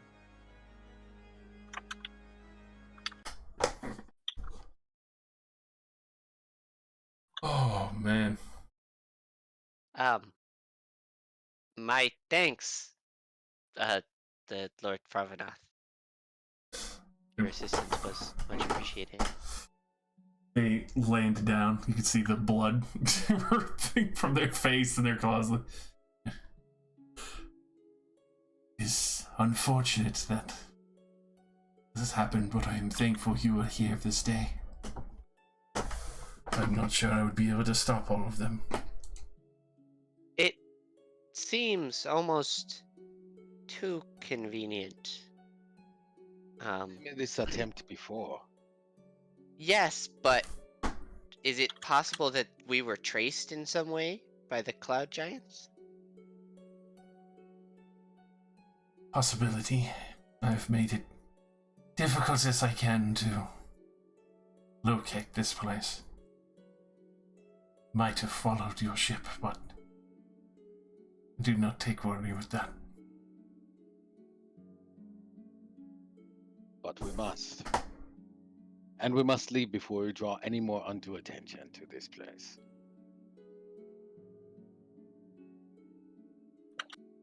The nice thing about Rain's regen thing is that it lasts long enough that if you do it in a fight, we're all full HP at the end, no matter what happens. Because 10 Word. HP for the last, like, 30 seconds is 50 HP, which at this level. Fallen. And that was only 3 rounds, so that's, what, 7 rounds, 70 HP? Yeah. For anybody who needs it? Yes. That'll even heal Frob. I don't know, did Frobnoth even get hit? Sorry. Frobnoth did not. Didn't he? By a rock? Attemptedly, but that was shifted. Thanks to Modar. I thought it shifted near his attack. That's right, you did. That's right, it just missed Frobnoth's AC. An 18 versus what they had. Oh, right, that was when I said, get that shit out of here. Was Frobnoth wounded at all? Thankfully, no. But you could tell, especially with the desperation that they were racing towards Leonard, very likely they had something to wake him up.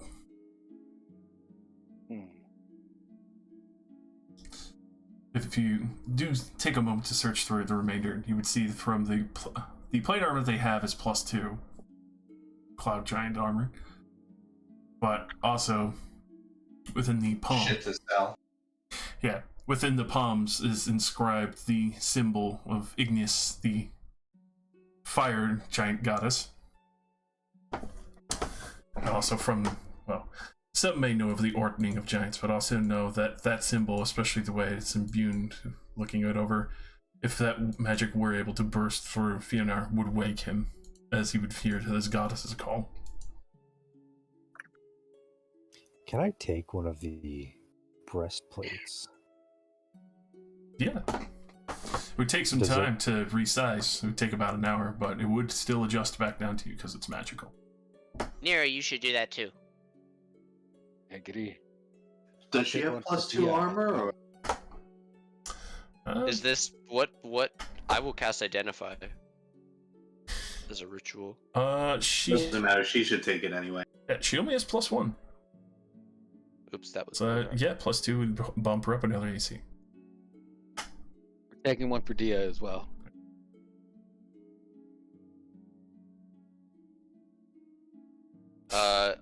I will also take time and identify the. You said they were malls. Morning stars. Are they magical?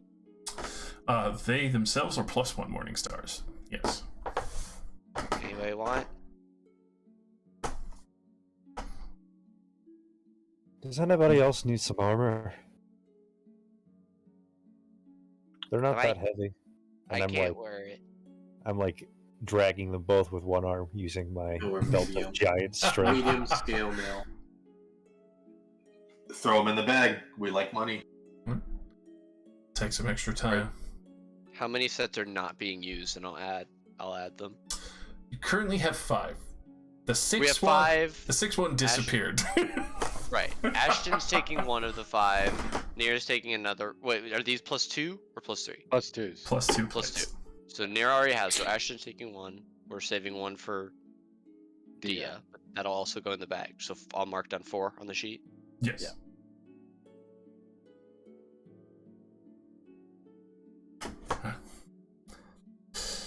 Would not surprise me if they were looking for this castle for some time. I would imagine that his cult is still wandering out in the clouds with their own cities. Now armed with a rune that can wake him. Will you be fine here on your own, Favron? Or should we reach out to our allies to help hide you?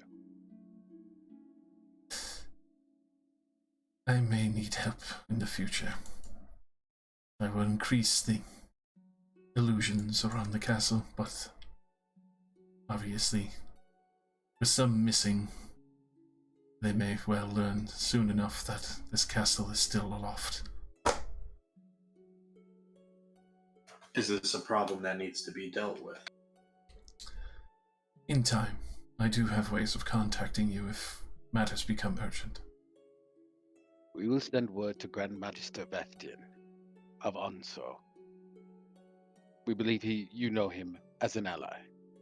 I'm certain he will leverage whatever help he can. Be welcome aid.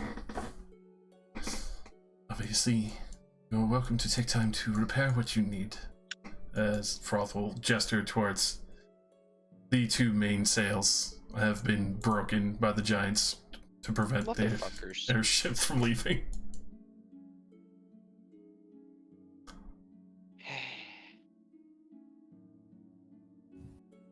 Would mending work on them? I mean, it would take a while, but... It would take a while, but yes. I also have creation. So if we can just get people strong enough to lift them, I could take a minute and basically recreate the mast out of the wood of the mast.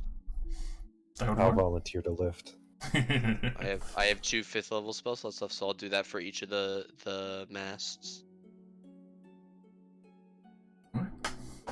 With that, especially as repairs, gathering all the supplies, Froth welcomes you to stay. Jesus, Ashton, you're crazy strong. What do you eat? Blue men. That's unsettling and not true. That's hot. I mostly have a vegetarian diet. I thought you said you wanted to be my friend, and now you say you want to eat me. This is why I made a version of me to It's a little joking, Modar. We jab back and forth, but there's no harm in it. It's to establish a chain, like a connection. Oh, Modar not understanding jokes. You're not wrong. Bureaucrat, remember? You're not strong at all. You're a weak little baby. And then she walks over and punches Ashton on the shoulder. And then I crumple. And You were healed to. Oh, I get it. It's a joke.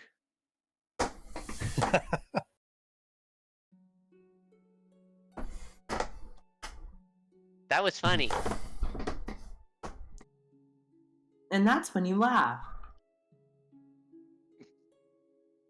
I appreciate the company you've been keeping.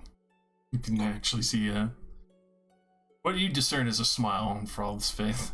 It's been a long time since I've had jovial conversation here.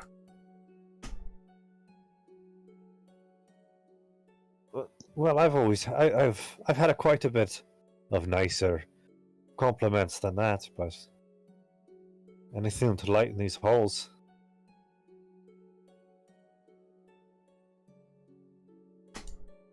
If we should find our way back, somehow, we will bring you news of the world, Favarant. However, if you become overwhelmed, send word for us, and we will be at your side. Sorry. I'll be mindful of the other clouds around me.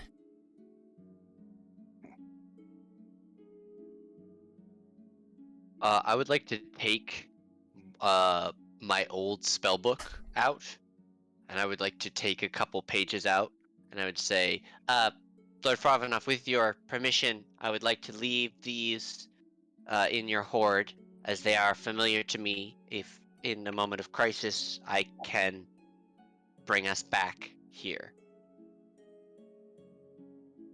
if you do require our aid. Very well. I'll find like a gilded scroll tube or something, and I put them in there, and I put it in the horde, so that if ever we need to teleport here, I can. Mm-hmm.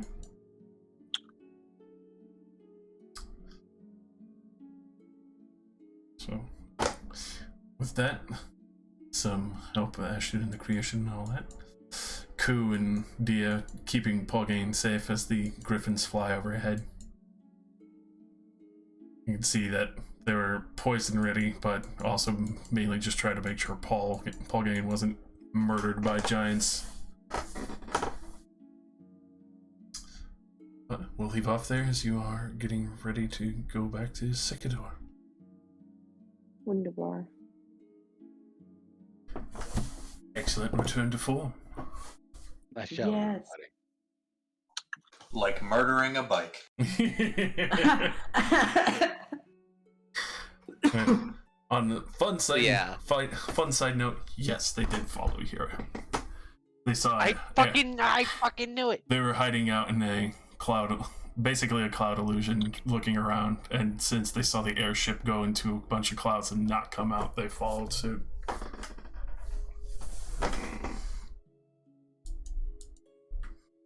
Mad.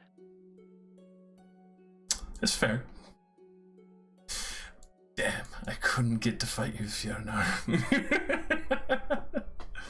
So close. When you said get him, I was like, oh fuck. Literally, if this guy had one more turn. Right. If One either of them had one more turn, right? That is true. But this guy in particular, because he could have Misty stepped. Even Fuck, he would even had his action still. Yeah, he would have Misty stepped, walked over, and then, yes, it is an action to wake a god, because he would need to speak out the inscription. But it's so close. What a bitch. Fuck, duck. Thank God. What, you don't want to fight an Jotun? Basically, like, the equivalent of a paragon giant angel? No, I just tabbed over to your stream and I see how much HP he has, and I don't want anything to do with that. Would it be like fighting the Samadegon? I don't really know how much HP he had. A lot. Right, but like we were doing that for a while. Yeah, there were several stages to that fight. That was very. That was a little rough at points. Well, yeah, we almost lost a couple people. And an airship. And yeah, he almost broke the airship. Thankfully, the mask times. just so they make sure nobody got away. All right. How much Good night, XP y'all. I gotta go.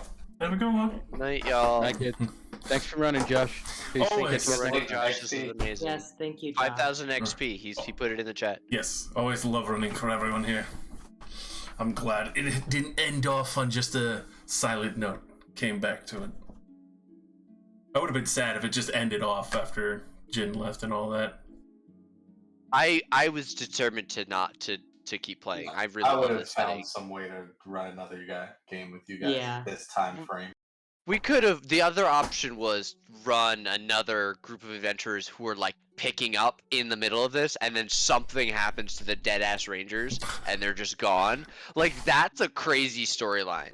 Oh, and we gotta go find them. I do have something in my back pocket for that if that ever happened. Right.